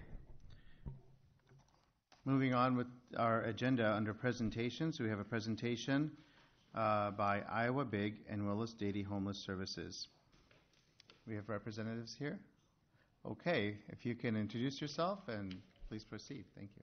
Do we need to say name and address or just? Do we need address? Okay. Got to double check. Emily Zimmon, 322 2nd Street Northwest, Mount Vernon, Iowa. Sophia Lange, 415 Sheffield Drive, Northeast Cedar Rapids. Welcome. Thank you. So my name's Emily Zimmon. I work with Willis Dady Homeless Services, and last year we partnered with Iowa Big to create a gallery, which Sophia Lange is going to tell you about, as we'd like to invite you to it. Hi, I'm a senior at Linn-Mar High School, and I also attend Iowa Big. Iowa Big is a project-based high school where high school students are able to work on projects in our community with business members. Emily came to us with a project idea last fall, and her main goal was to help homeless individuals recognize resilience within themselves. Last year, we interviewed 23 homeless individuals and photographed the willing. We wanted to share their stories in a public manner with a new light. We're going to be opening a gallery in the 3rd story of the Cedar Rapids Public Library to help the community better understand homelessness in our town. This gallery is November 1st. The opening remarks start at 6 p.m. in Whipple Auditorium, which is also in the library. Okay. The purpose of this is to celebrate the individuals, to break the stigma of homelessness, and to humanize the individuals so that people can see them more as just like homeless people. They can see them as people with stories and complex backgrounds. So, yeah, we invite you and thank you for your time. So we do understand that in 2 weeks you guys have another city council meeting on Thursday. Is that correct? Yes. Okay. So what we would like to do is, therefore, I learned this today, invite you all to find a date. Hopefully everyone that's here who is interested in coming. Actually, we don't have a city council meeting that day. On November 1st? No, because our first meeting will be after the first Tuesday, which is perfect. The first Tuesday. So then, we invite you to join us at 6 p.m. that day. Really, homelessness, whether we see it or not directly in front of us, whether we pay attention to the person standing on the street corner or know about the family down the street who's living with their friends or is living with multiple people or who have been in the Marion Motel for the last 6 months, whether we actually take the time and opportunity to see them. A lot of times they are a hidden population, especially those who are bouncing around from place to place or doubled up. They all have stories that really make them who they are, and being able to partner with Iowa Big, which a number of students have come out of Linn-Mar and Marion, and see young individuals with such a passion to learn about people. And I think, inviting everyone who's here is really important because, again, there tend to be an invisible population, but there's still a population of each city, and they still exist here in Marion. And whether they vote or not, or whether they show up at actual city council meetings or not, I would like you all to take a chance and come learn a little bit more about those people who maybe aren't always right here in front of you. We thank you for the opportunity. Yeah, Thank thank you. you. We have questions? Yeah, could you repeat the time and date of the event you're talking about again? Yeah, so it's Thursday, November 1st, and the opening remarks start at 6 p.m. Did you guys all get one of these? Oh, that's what this is? Yeah, that'll tear it tell you. open. All It's right. fun to get to open a letter All right. every once in a while. Very good, thank you. Yep, we also included a food for fines in there as well, which starts that first day. So if you're like me and you have library fines and you're like skirting at $19.50 because you know at $20 you can't check out a book anymore, then you can bring some non-perishable food items and lower that. So if you forget to return a book, you are still good to check out something later. And yeah, it should be a really good event to come to. And again, we just love to see you all there. If any of you can't be there and would like to come and get a private tour with one of the students or someone, we'd be happy to do that as well. But I am glad to hear that you're all available. We are. Thank you very much. Any other questions? Other questions? No. Thank you so It'll much be for fun. your time. Thank you. Have a good evening. Would anyone here like an invitation? You got the mic. Okay, we move on to a presentation regarding Synergy Equity Partners tax increment financing request. Welcome. Good evening, Your Honor, City Council members. I'm Tim Mooney, 862 Archer Drive, Marion, Iowa. I'd like to take the next 20 minutes or half hour or so, if you don't mind. But since you haven't had the consent calendar for an hour and a half, I suppose I'll cut it short. Tonight I'd like just to, I apologize I wasn't here on Tuesday. I know Nick made a presentation about the project. I had Nick Glue? Yes, Nick Glue with Medco made a presentation on our behalf. I wasn't able to be here. I had a little medical surgery I had to deal with, so I apologize for not being here. So rather than spending a lot of time talking, I mean, if you guys have questions, I think you guys know quite a bit about what's going on there, or if you want me to go into it, I'm happy to. Yes, sir. Well, it sounds like the request is really related more to the market conditions. So if you can go through some of the businesses, you don't have to have the specific names, but give us some of the background, some of the businesses and negotiations and discussions you've had relating to the market, the rates, those, and what you're seeing as a differential between your facility, your building, compared to what you're seeing in the other areas. Yeah, we've owned this ground out there for 16 years. You know, we've got, there's a half a dozen or 8 buildings that have been constructed. We haven't been able to get what we feel is an important need out there, and that's restaurant businesses. And the biggest concern people have is, if it's such a great area for a restaurant, why isn't anyone here yet? And to try to compete for on a square foot basis with folks, Cedar Rapids is TIF and everything. And when you're competing with other greenfield areas like ours, whether it's the Fountains or the Peck's Landing that is getting incentives, we can't compete. If they're getting their costs are getting bought down, and clearly we have to be able to make a return on our investment, right? So what we've decided to do, we're going to make our $2.3 million investment and try to make it work. I've never been a big proponent of TIF. We've done in excess of $100 million worth of development in Marion, far more than that probably, and we've never used TIF or asked for TIF for anything. What I'm asking for is just a targeted area to try to help us land some of these, because I feel like if we can get one restaurant out there and they can have some success, then we're going to have additional opportunities. We have a lot more ground. We prefer to build more buildings, lease more space. I think it's just an opportunity. We're just asking for an opportunity to help us level the playing field a little bit with what we're competing against in other markets. So just to follow up to that, Tim, so then with the TIF request, then with the discussions you've had with potential restaurants and other businesses, do you feel that that will get you to the point where those discussions will become serious enough that they would locate there? I sure feel like that's going to be the case, Steve. I mean, it's, I can't guarantee it, but I understand that. if I can go back and tell somebody that I'm going to lower their square foot price by $3 a square foot for 5 years, I feel strongly that I can make something happen. So that's what this is worth, is $3 a square foot on the lease rates. Yeah, and that's just for restaurant. I mean, it's kind of we've kind of gone back and forth with Lon and Medco on trying to, we're not trying to do company, we lease to a dentist and chiropractor, and, we have some other professional businesses out there. This is kind of we're trying to hit a different market that we just can't seem to crack that nut. And we've been working it for years, and that's what we finally made the decision. We've got to build a building, and so the building that we're constructing is set up to be more of a retail restaurant facility.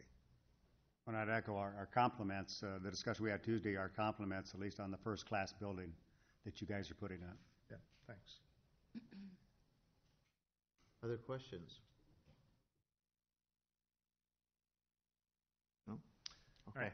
Thank you. sir. Appreciate your time. Okay. Moving on to the consent agenda.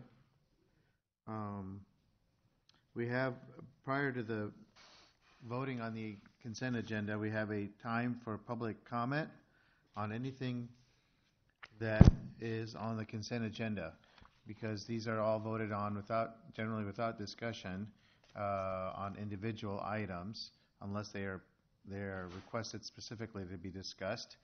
If there's anyone who would like to address the council with regard to any of the consent agenda items, any specific item, this is the time to come forward.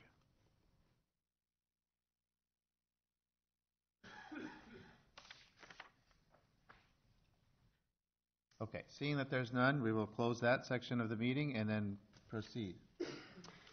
Yes, Your Honor, this will be a motion to approve the consent agenda calendar as follows. This will be items A1 through G7, resolutions number 27217 through 27237. Second. It has been moved and seconded to approve the consent agenda as presented, including items A1 through G7 and resolutions 27217 through 27237. That clear? Okay. Any discussion on that?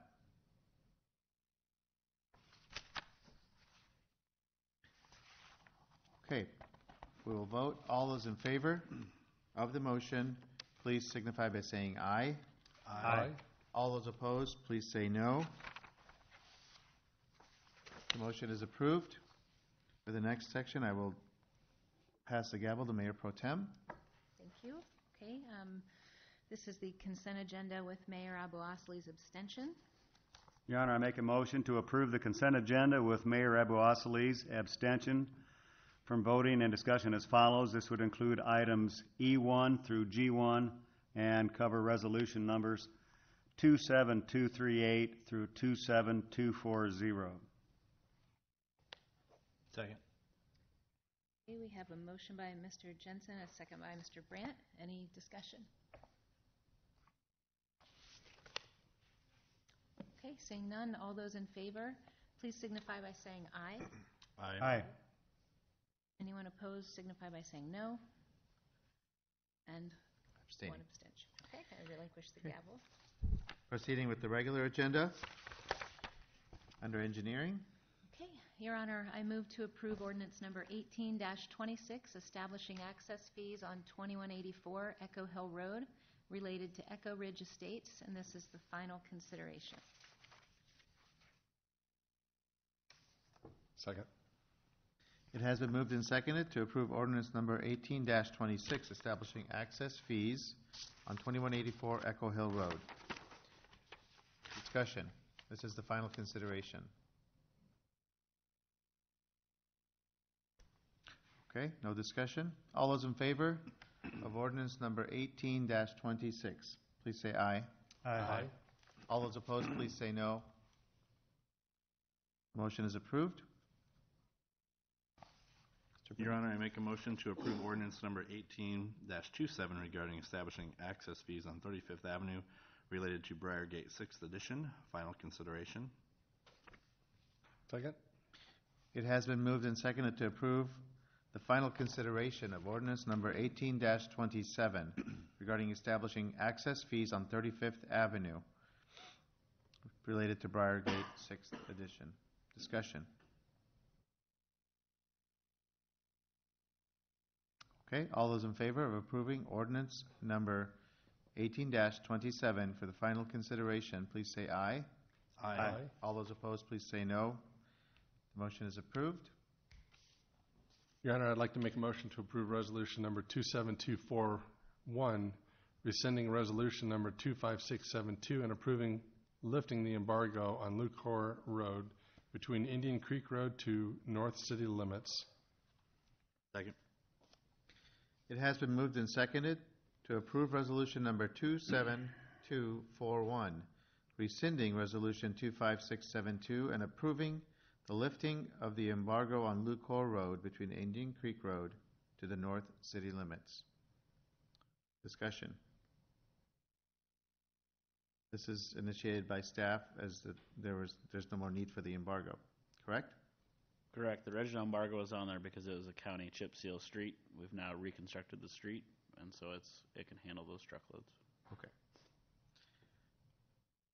Discussion? All those in favor of resolution number 27241, please say aye. Aye. All those opposed, say no. The motion is approved. Next, I'd like to make a motion to pass resolution number 27242, approving a temporary truck embargo on Williams Drive from 10th Street to West Williams Drive, and this is recommended by the staff. Second? It has been moved and seconded to approve resolution number 27242, approving a temporary truck embargo on Williams Drive from 10th Street to West Williams Drive. Discussion. This is again related to the condition of the street as a former county road. It hasn't been improved into an urban street. Yeah, it's an existing chip seal street that we annexed in as part of a 80/20. Sir. Mike, what is the, just so I'm aware, what is the weight restriction? It's 8 ton. 8 tons, thank you. Further discussion? Okay, all those in favor of resolution number 27242, please signify by saying aye. Aye. All those opposed, please say no. The motion is approved. Your Honor, I'd like to make a motion directing staff to prepare a TSIP, which is a Traffic Safety Improvement Program grant application, and to solicit for engineering firms for the Echo Hill Road and Alburnett Road intersection improvement project. Second.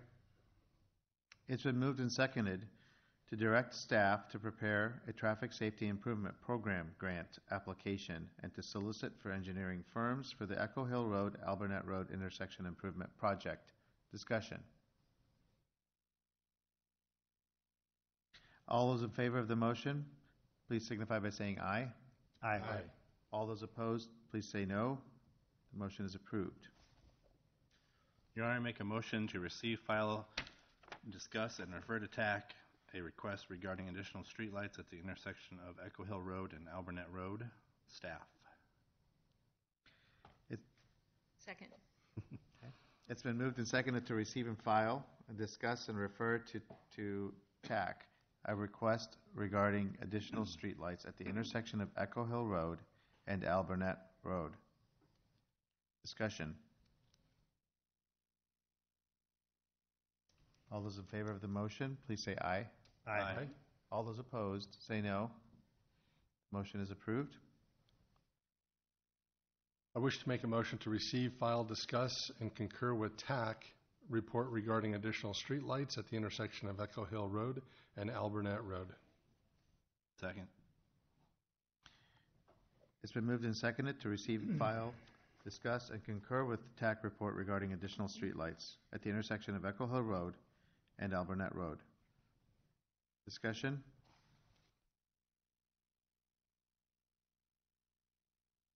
Yes, I have one. What's that? Yes, go ahead. Just out of curiosity, if this gets approved, how long does it take them to get out there and put the lights up?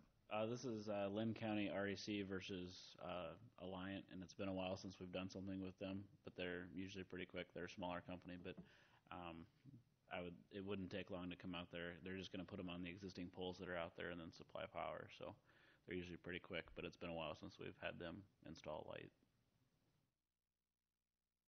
Other discussion or questions? All those in favor of the motion, please say aye. Aye. All those opposed, say no. Motion is approved. Your Honor, I make a motion to pass resolution number 27171. Excuse me, I need to hand over the gavel on this one, sorry. All right. Okay. Go ahead. Ready? For it. Your Honor, make a motion to pass resolution number 27171, approving addendum number 1 to the memorandum of agreement regarding the installation of Tower Terrace Road Phase 6. This is with Morriswood Enterprises, LLC, and this is a reconsideration which originally failed on September 20th, 2018. Second? We have a motion by Mr. Jensen and a second by Mr. Stranad. Any discussion? Okay, seeing none, all those in favor of resolution number 27171, please signify by saying aye. Aye. Those opposed, please say no. Those abstaining? Aye. Okay. Moving on to community development. Let's see. I make a motion to approve resolution number 27243, approving a memorandum of agreement related to construction of a portion of the Grantwood Trail project located between the 26th Street roundabout and 31st Street. GLD Properties, LLC. Second. Okay, we have a motion by Mr. Brandt, a second by Mr. Stranad. Any questions or discussion? Okay, seeing none, all those in favor of resolution number 27243, please signify by saying aye. Aye. Those opposed, please say no. And those abstaining? Aye. Relinquish the gavel back to Mayor. At this time, I wish to make a motion to approve resolution number 27244, approving the plat of survey 2299 located between Tower Terrace Road and Gill Park. This will be the Kurt R. Gill and Barbara K. Gill Revocable Trust. Second. It's been moved and seconded to approve resolution number 27244, approving plat of survey 2299 located between Tower Terrace Road and Gill Park. Discussion. The chief is smiling. Excited about it. Any discussion? Okay. All those in favor of resolution number 27244, please say aye. Aye. All those opposed, please say no. Motion is approved. I'd like to make a motion to approve ordinance number 18-28, amending the Marion Code of Ordinances and establishing section 176.52 use standards, and this is the second consideration. Second. It has been moved and seconded to approve ordinance number 18-28, amending the Marion Code of Ordinances and establishing section 176.52 regarding use standards. This is a second consideration. Any discussion?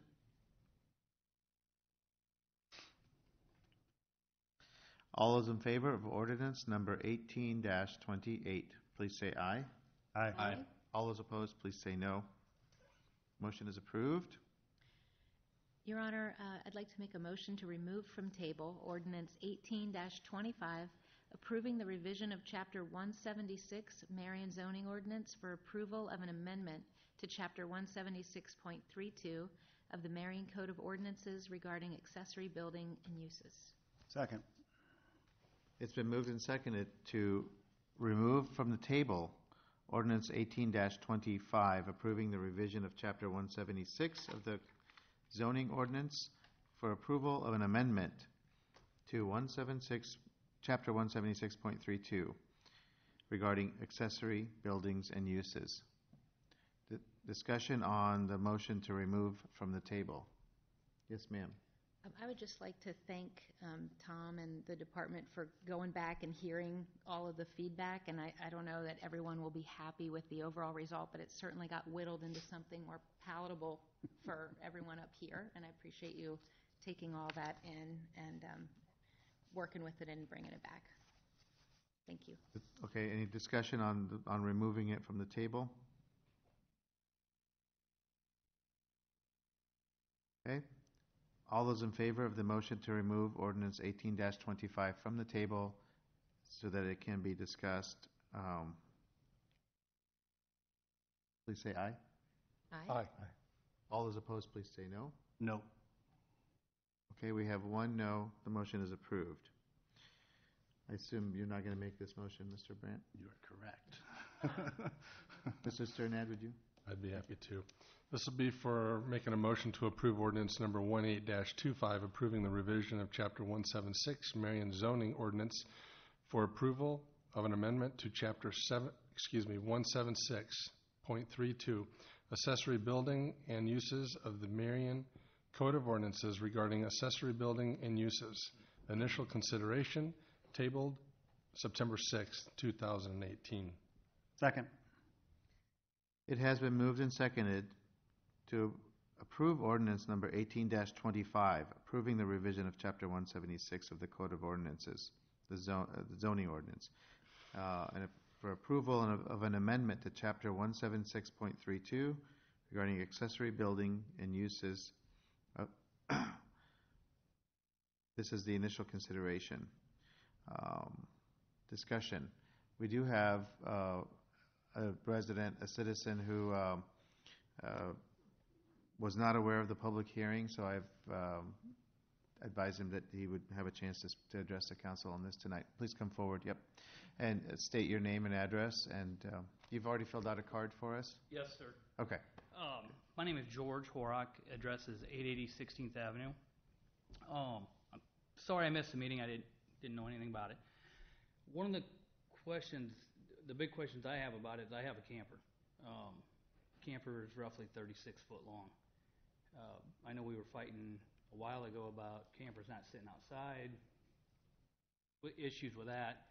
In the beginning, when we moved in, we poured a parking pad to park it on. I want to take the step to put the building in, to put the camper in the building. I also work on cars and other things as well. If you're limited to 10-foot sidewalls, you're not going to be able to get a car in there on a lift. Everything's going to have to be done on the ground. I guess, I guess I'm asking, that there be some kind of variances, so say, on, different circumstances on the different buildings. I've got a double corner lot. I've got plenty of room for it. Neighbors don't care if I put up a 36 by 36 building. I guess I don't know where route to go. Guidance-wise, I don't want all my stuff sitting outside, obviously. I guess, I'm trying to make it cleaner, cleaner look for Marion, actually. If I can put my cars in, my camper in, it's not sitting out in the yard. So, I guess. Yeah, the ordinance allows for a path to allow for a larger building. Go ahead. So is he aware of that change that we've made? That I don't know. So the current ordinance, as it sits, limits the square footage to 900 square feet by virtue of just applying for a permit and receiving it. Anything over the 900 would require a conditional use permit, which means you would submit plans and it goes to Planning Commission and to the Zoning Board of Adjustment for final consideration. The concept and the idea behind the whole thing is that a structure larger than 900 square feet could be perceived by neighbors and such to be a large building and facility. And this provides an opportunity for a public hearing that's held. Everybody is notified of a structure going up, and they're provided the opportunity to weigh in on that as an adjacent property owner in a residential district where these are primarily being identified. So There is a process that's outlined. Currently, the only way a property owner would know if their neighbor is going to build a large building would be that the day it starts to go up. And so the consideration is that that the buildings would hopefully be consistent with the neighborhood character, and they would not be out of scale. And that'll be there's an evaluation criteria that's established within our conditional use ordinance, and I can share that with you. But it really speaks to maintaining the neighborhood character. So if you have a larger lot and your neighbors don't care, no one shows up to the public hearing, and there's not a lot of issues, then that opportunity may be just fine as it goes through the process. But It's just not automatic. it's just not automatic. So do they limit you on, like, being stick-built compared to a metal building? I think that will be one of the items within it is said that it's got to be of a similar character and design as the house. So that will be up for interpretation as you move through that process. Okay? All right. Thank you.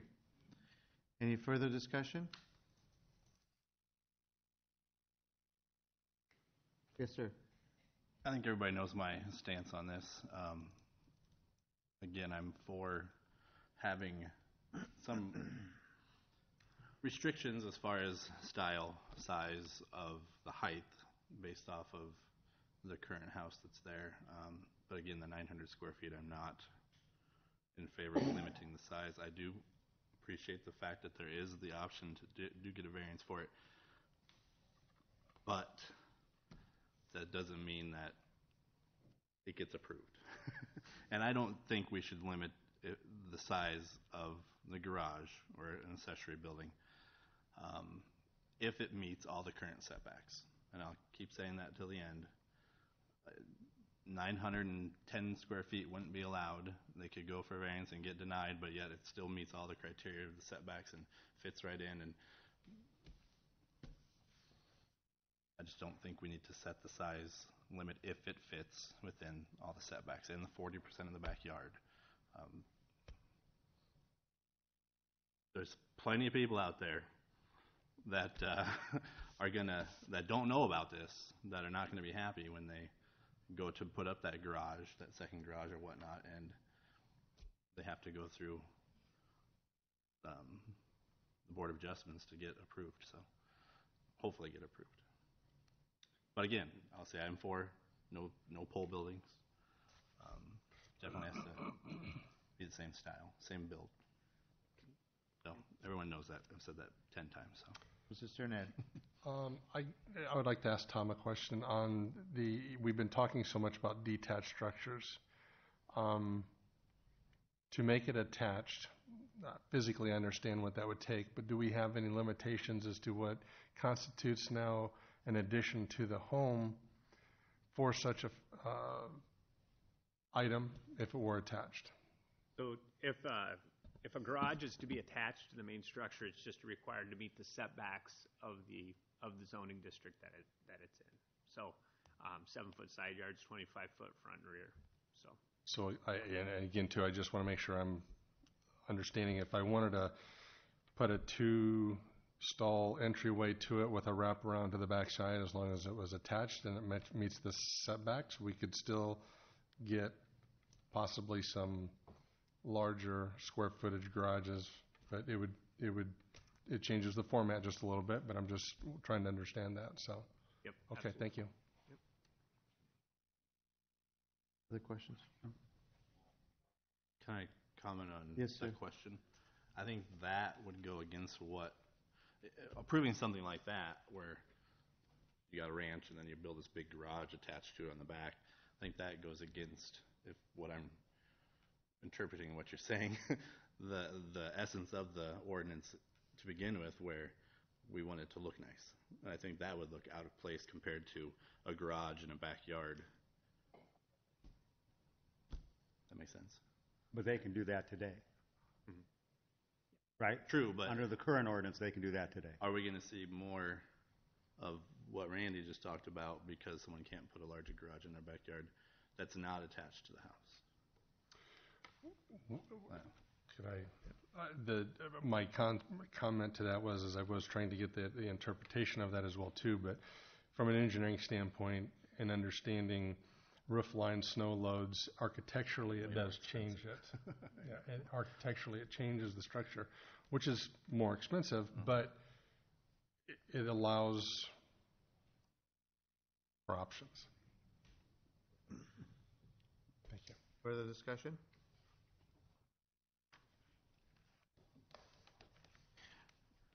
Okay. We'll proceed to vote. All those in favor of approving ordinance number 18-25, please say aye. Aye. All those opposed, please say no. No. We have one no. The motion is approved. At this time, we have a public hearing regarding amendment to the Central Corridor Interim Development Overlay, Section 176.510 of the Marion Code of Ordinances. Public hearing is now open. Do we have a short presentation on? So the public hearing is on the extension of the interim development overlay ordinance for an additional 6 months. As I indicated to the City Council in a memo, we've got the draft standards for the Central Corridor that would replace the interim development ordinance, and we're hoping to be moving that through the process. It should go to the Planning Commission for discussion at the next meeting, and because it is an ordinance, it takes some time to get developed, and so we'll move that through the process. Okay, look forward to that process. Is there anyone here to speak in favor of this measure, amending the interim development ordinance for the Central Corridor? Anyone here to speak in opposition?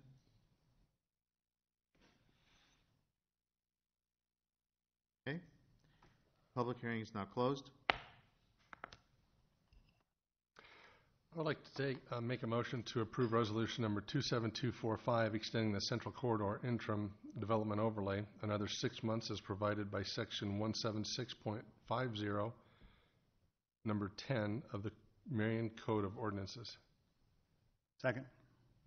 It has been moved and seconded to approve resolution number 27245, extending the Central Corridor Interim Development Overlay for a period of 6 months, as provided by section 176.510 of the Marion Code of Ordinances. Discussion. All those in favor of resolution number 27245, please say aye. Aye. Aye. All those opposed, please say no. The motion is approved. I'd like to make a motion to approve resolution number 27246, authorizing the purchase of property at 2274 Fifth Avenue in the amount of $257,868 to Rebecca S. and Robert L. Lacey. Second. It's been moved and seconded to approve resolution number 27246, authorizing the purchase of property at 2274 Fifth Avenue in the amount of $257,868 from Rebecca S. and Robert L. Lacey.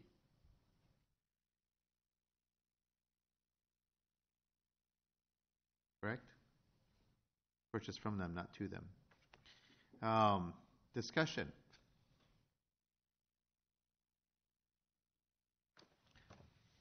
I have a question. So the funds, where do those come? What? The funds will come out of the Central Corridor Development Plan budget line item. So, as the council is aware, there's a portion of the property that we need for the Central Corridor on the north side, and as well as the additional 3 properties to the east. We'll also be negotiating acquisitions for a portion of the property, as well as the property to the west on the other side of what was formerly the EIC property on 21st Street and 6th Ave. There's a business on the corner and a residential home there as well. So those 2 properties will be a part of the acquisition to complete the 6th Avenue corridor project. We are down to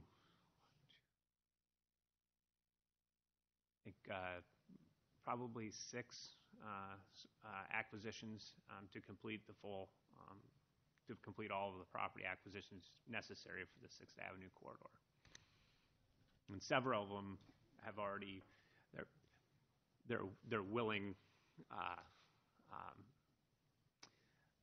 sellers in the process. So we're just dealing with a couple others that we're still talking to. So. Okay. Any discussion on this item? All those in favor of resolution number 27246, please say aye. Aye. Aye. All those opposed say no. Motion is approved. Renee? Your Honor, I make a motion to receive and file request for tax increment financing assistance. This is Synergy Equity Partners, LLC. Second. It's been moved and seconded to receive and file a request for tax increment financing assistance from Synergy Equity Partners, LLC. Discussion? All those in favor of, was there any discussion? Sorry. All those in favor of the motion to receive and file, please say aye. Aye. Aye. All those opposed say no. Motion is approved. Your Honor, I make a motion to direct staff to negotiate a memorandum of understanding with Synergy Equity Partners, LLC. Second. It's been moved and seconded to direct the staff to negotiate a memorandum of understanding with Synergy Equity Partners, LLC. Discussion. I have a question. It's a memorandum of understanding or memorandum of agreement? For these, we do memorandums of understanding. MOUs, yeah. Memorandums of agreement we typically use for infrastructure projects or things like that. And what's the difference? Semantics. I was going to say. I mean, it's still an agreement signed by both sides. And Yeah, we just adopted the language that our law firm out of Des Moines uses for it. But I think that's just a matter of preference, how they term it versus how another law firm might term it. Okay. Tomato, tomato. Huh? Discussion? All those in favor of the motion, please say aye. Aye. Aye. All those opposed, please say no. Motion is approved. Is there anything under the department discussion category? Okay. At this time, we have a public forum for citizens who would like to address the council on any topic. If there's anyone here to address the council on any matter that wasn't on the agenda already this evening, please come forward.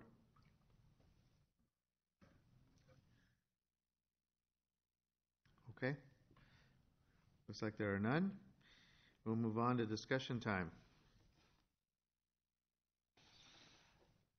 Start with me? Yes.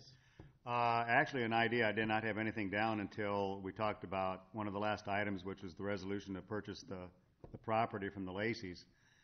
Although I thought about this topic at other times in the past, but incrementally, we make a lot of decisions up here related to the Central Corridor. That project has been going on for a long time. But my question is it possible, if I were running a business and I had a very expensive long-term project, I'd be seeing a work in process sheet that is going to show me, am I on schedule with what we originally thought?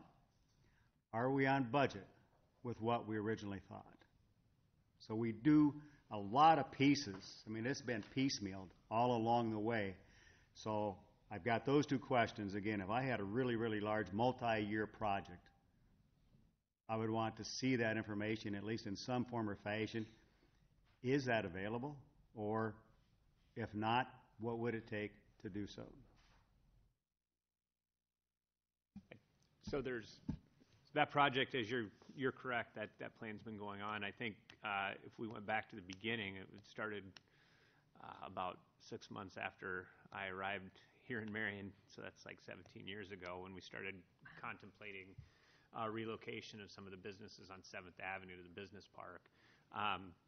And then ultimately acquiring the railroad property through town and trying to figure out what to do with that. And I think you were probably involved in some of that way back in the day or conversations with Medco and such. But we've been working on it for a long, long time. Most of the project items are handled through the CIP process over the year, like phasing.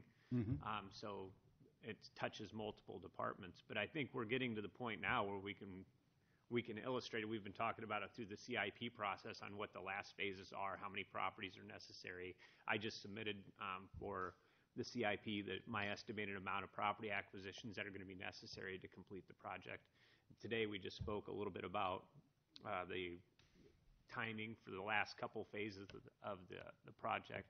So I think we could put that together fairly easily. I think you're talking about a pretty broad sheet that just kind of identifies how we get this project moved forward and to conclusion. Well, again, you made the statement, Tom, that the Lacey property was a line item in the Central Corridor project. So if that was a line item, was the line item just to buy that property? Did it have specific dollars attached to it? Did we just spend more or less money than that line item? I mean, I'm not asking, I mean, that's just an example that if you were to tally all that up and what we originally thought, and I know it's a fairly big thing because I know how many number of years it's had, but again, from a public perspective, from my perspective, we keep making all these little decisions, but I have no idea collectively. How it fits in the big picture. Yeah. I have no idea where we stand, especially when you do many years. And I understand we got different phases and all of that. We manage some of those phase by phase, but I'm just looking for kind of a really big picture thing. How did we grade out? Did we what we originally thought? How good was that, both on budget and on timeline? So I mean, I'm looking for bigger picture. I'm not looking for microscopic analysis of this thing. That's impossible, probably. I don't know that we are able to do that, but somehow, how do we do? How are we doing? So, it's a good question. Did it? Yeah.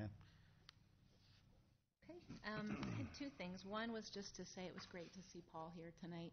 It was nice of him to come in and participate in the very important decision, which leads me to my second comment for the two gentlemen who remain. I, too, threw my hat in the ring for a Ward 4 seat about 5 or 6 years ago. It didn't pan out at that time, but true, that's okay. Yeah, Nick got it. But what it did was just, spark some interest in other things where I got involved in the community because, like you both expressed, this is an awesome place to be. It doesn't sound like you're going anywhere. I know you're both involved at certain levels right now, and for that I thank you for your service. I look forward to getting to work with you and know you more, and I hope that you consider a future run or staying involved in Marion and its governance. Thank you, because it's not easy to do and put yourself out there and prepare, and we had quite a large contingent tonight. But I applaud you, and thank you. I also wanted to thank the two that were remaining for applying for the position. It does take a lot to actually do that. So thank you very much, and do keep going. Mr. Draper did want me to mention this evening, too, the passing of his longtime friend, Bob Thurnis, on Saturday. Longtime resident, football coach at Marion, teacher at Marion. He was the father of a classmate of mine. He passed away on Saturday. And then, I had one other thing, and I can't think what it was. I had a question. I don't know if it's a question for Mike or if it's a question for Amanda. The alleyway, some of the artwork in the alleyway is like there's rust and stuff forming on the artwork. Is that what's the maintenance on policy for the art? I don't know whose question that is directed to. Technically, some of the art was made so that it was supposed to rust. That was part of it. So I don't know which specific. Well, I know like the furniture is getting some rusting. We'll just have to contact the artist to get their input on how to remedy that, and if it's something that's an easy fix or it's something that we'll need to take some out of the remaining Art in the Alley budget, we'll just have to figure that out, so. It might be the city's responsibility monetarily to fix the art. Is Yep, that so we've correct? accepted it, it's ours, we own it now. Okay. Curious, because like I said, the furniture is getting some rust in some spots. There's some spots that collect water, rainwater, and starting to rust out. I don't know if anyone's seen that or not, but yeah. Anything else? That's all I got. Yes, I would like to thank our candidates. It's an incredibly difficult position to sit up here and go through that process. I have personally gone through the process. I know what that's like to submit a resume, fill out an application, make your presentation, and go through that process. So it's very exciting to see the interest of people who want to get into that. Obviously, we're filling a vacancy that will go to election here shortly, and I would want to continue to urge you and those not elected to continue to keep pursuing that. It's a great opportunity. What a privilege it is to be in this position to help our staff and our city and our citizens and the public mold our city and move it into the years and decades coming. So I just want to again say thank you, and wow, that is difficult, In your spot, it was difficult to come up and make the presentation, but it's even more difficult to make decisions because we had great candidates.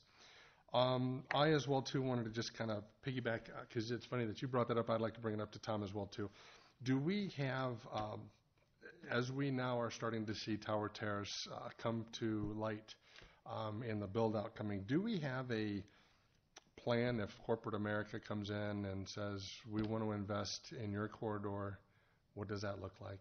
Do we have that vision? Do we have that sales pitch of why we want them here and what that looks like?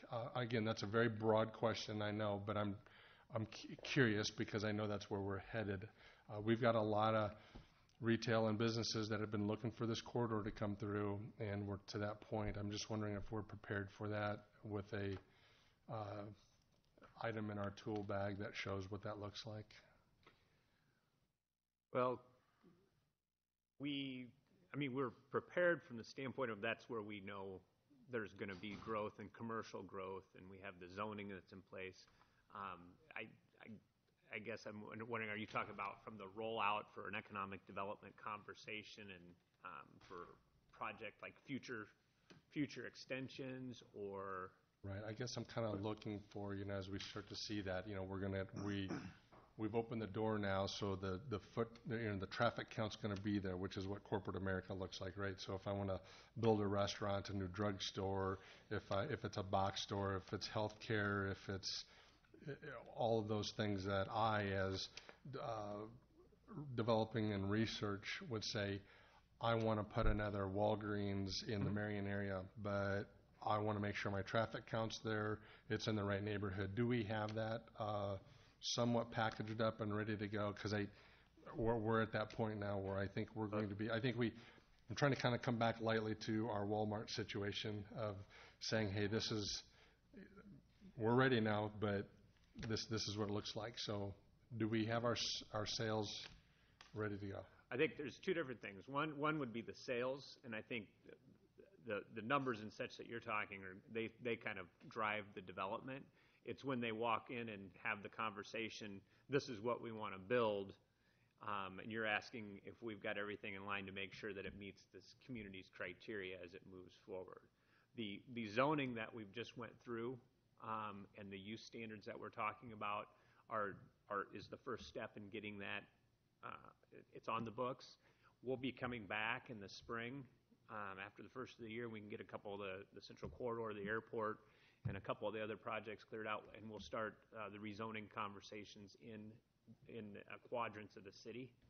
And then once those areas are rezoned, then we'll be set up a lot better than we are currently. The property that's out there is currently zoned, and we have standards in place. As we've seen, if you drive Tower Terrace, the buildings look good. architecturally, and I think we're comfortable where we are there. We do want to get the zoning changed so that the use districts and future rezonings are done with the new code that we just kind of walked through. So we're getting there. Okay. We've adopted the code, it's on the books, and now it's just the process of rezoning the property in the areas that we need the zoning. Sure, okay, If thank I you may, for that. I would go one step further than what Tom was explaining. We have a contract with a company called Retail Strategies that has done very focused analysis of the city of Marion. So like the data that you saw Nick Glue present about the retail leakage for different sectors for Marion, they have that broken down by all sorts of industry sectors. So if we get a call from a company, a Walgreens or someone that says, I want to look at this market area, we can put them right in contact with them. They speak the same language. They know what data they need. They have it all prepackaged and ready to go. They also go out and market on our behalf to a lot of the large trade shows, so Chicago, Las Vegas, places that they can potentially recruit companies. We've asked them to specifically focus on ones that would be new to market because we're not, if someone has 10 franchise locations, how much more of a draw is it going to be? But if it's something that's new to the market, doesn't currently have a presence or a footprint here, those are the ones we've kind of asked them to target. Okay, thank you. I'm just kind of curious because I see, I heard Mr. Mooney talk about, that facility would house a restaurant, and I'm wondering about the build-outs of what those look like. So, it just looks more like a strip mall, but if I wanted to put a shoe print of a standalone restaurant, a traditional restaurant, that's not in a strip mall. So I was just curious if we had something like that. Okay, thank you. All right. And just as a reminder, because I see our city attorney kind of getting a little bit nervous over there, that this is supposed to be a time for council comment, not a discussion, or it's not on the agenda. Correct? I mean, I think some of these questions could be asked outside the meeting, and or if it's going to be discussed in the meeting, it needs to be on the agenda. Did I say that correctly, sir? Yes, Your Honor. Okay. My comment is, again, to thank the four candidates. I think they're all excellent candidates. All of them would have done a great job. And to congratulate Ms. Atkins on her upcoming service with the council. And I want to take an opportunity to thank Councilwoman Etzel. Even though she's not here, she was elected twice and served 7 years. I guess it would be 7 years. So that's not insignificant. It's a big part of her life, and she served well. And I think we need to thank her. And I don't know, do we thank her like appropriately with a plaque, or however we do that when council members end their service? But I would just encourage everyone to thank her, even though she's not able to come to meetings, so that we can thank her as a group. And with that, we have a closed session. So, Your Honor, I'd like to make a motion to adjourn to a closed session regarding land acquisition as permitted under Section 21.5, Number 1, Letter J of Code of Iowa. Second. okay, it's been moved and seconded to adjourn to closed session regarding land acquisition. Sir. Your Honor, I have reviewed the subject material, and I do believe that it is appropriate pursuant to Iowa Code Section 21.5, subparagraph 1, subparagraph J, to review it in closed session. Recommend that the council adjourn to closed session accordingly. Okay, we have a recommendation from the city attorney. Roll call, please. Mr. Jensen? Yes. Mayor Abu-Osley? Yes. Ms. Gedalia? Yes. Mr. Brandt? Yes. Mr. Sternad? Yes. Okay, we are adjourned to closed session, and we'll return to open session after the completion of the closed session.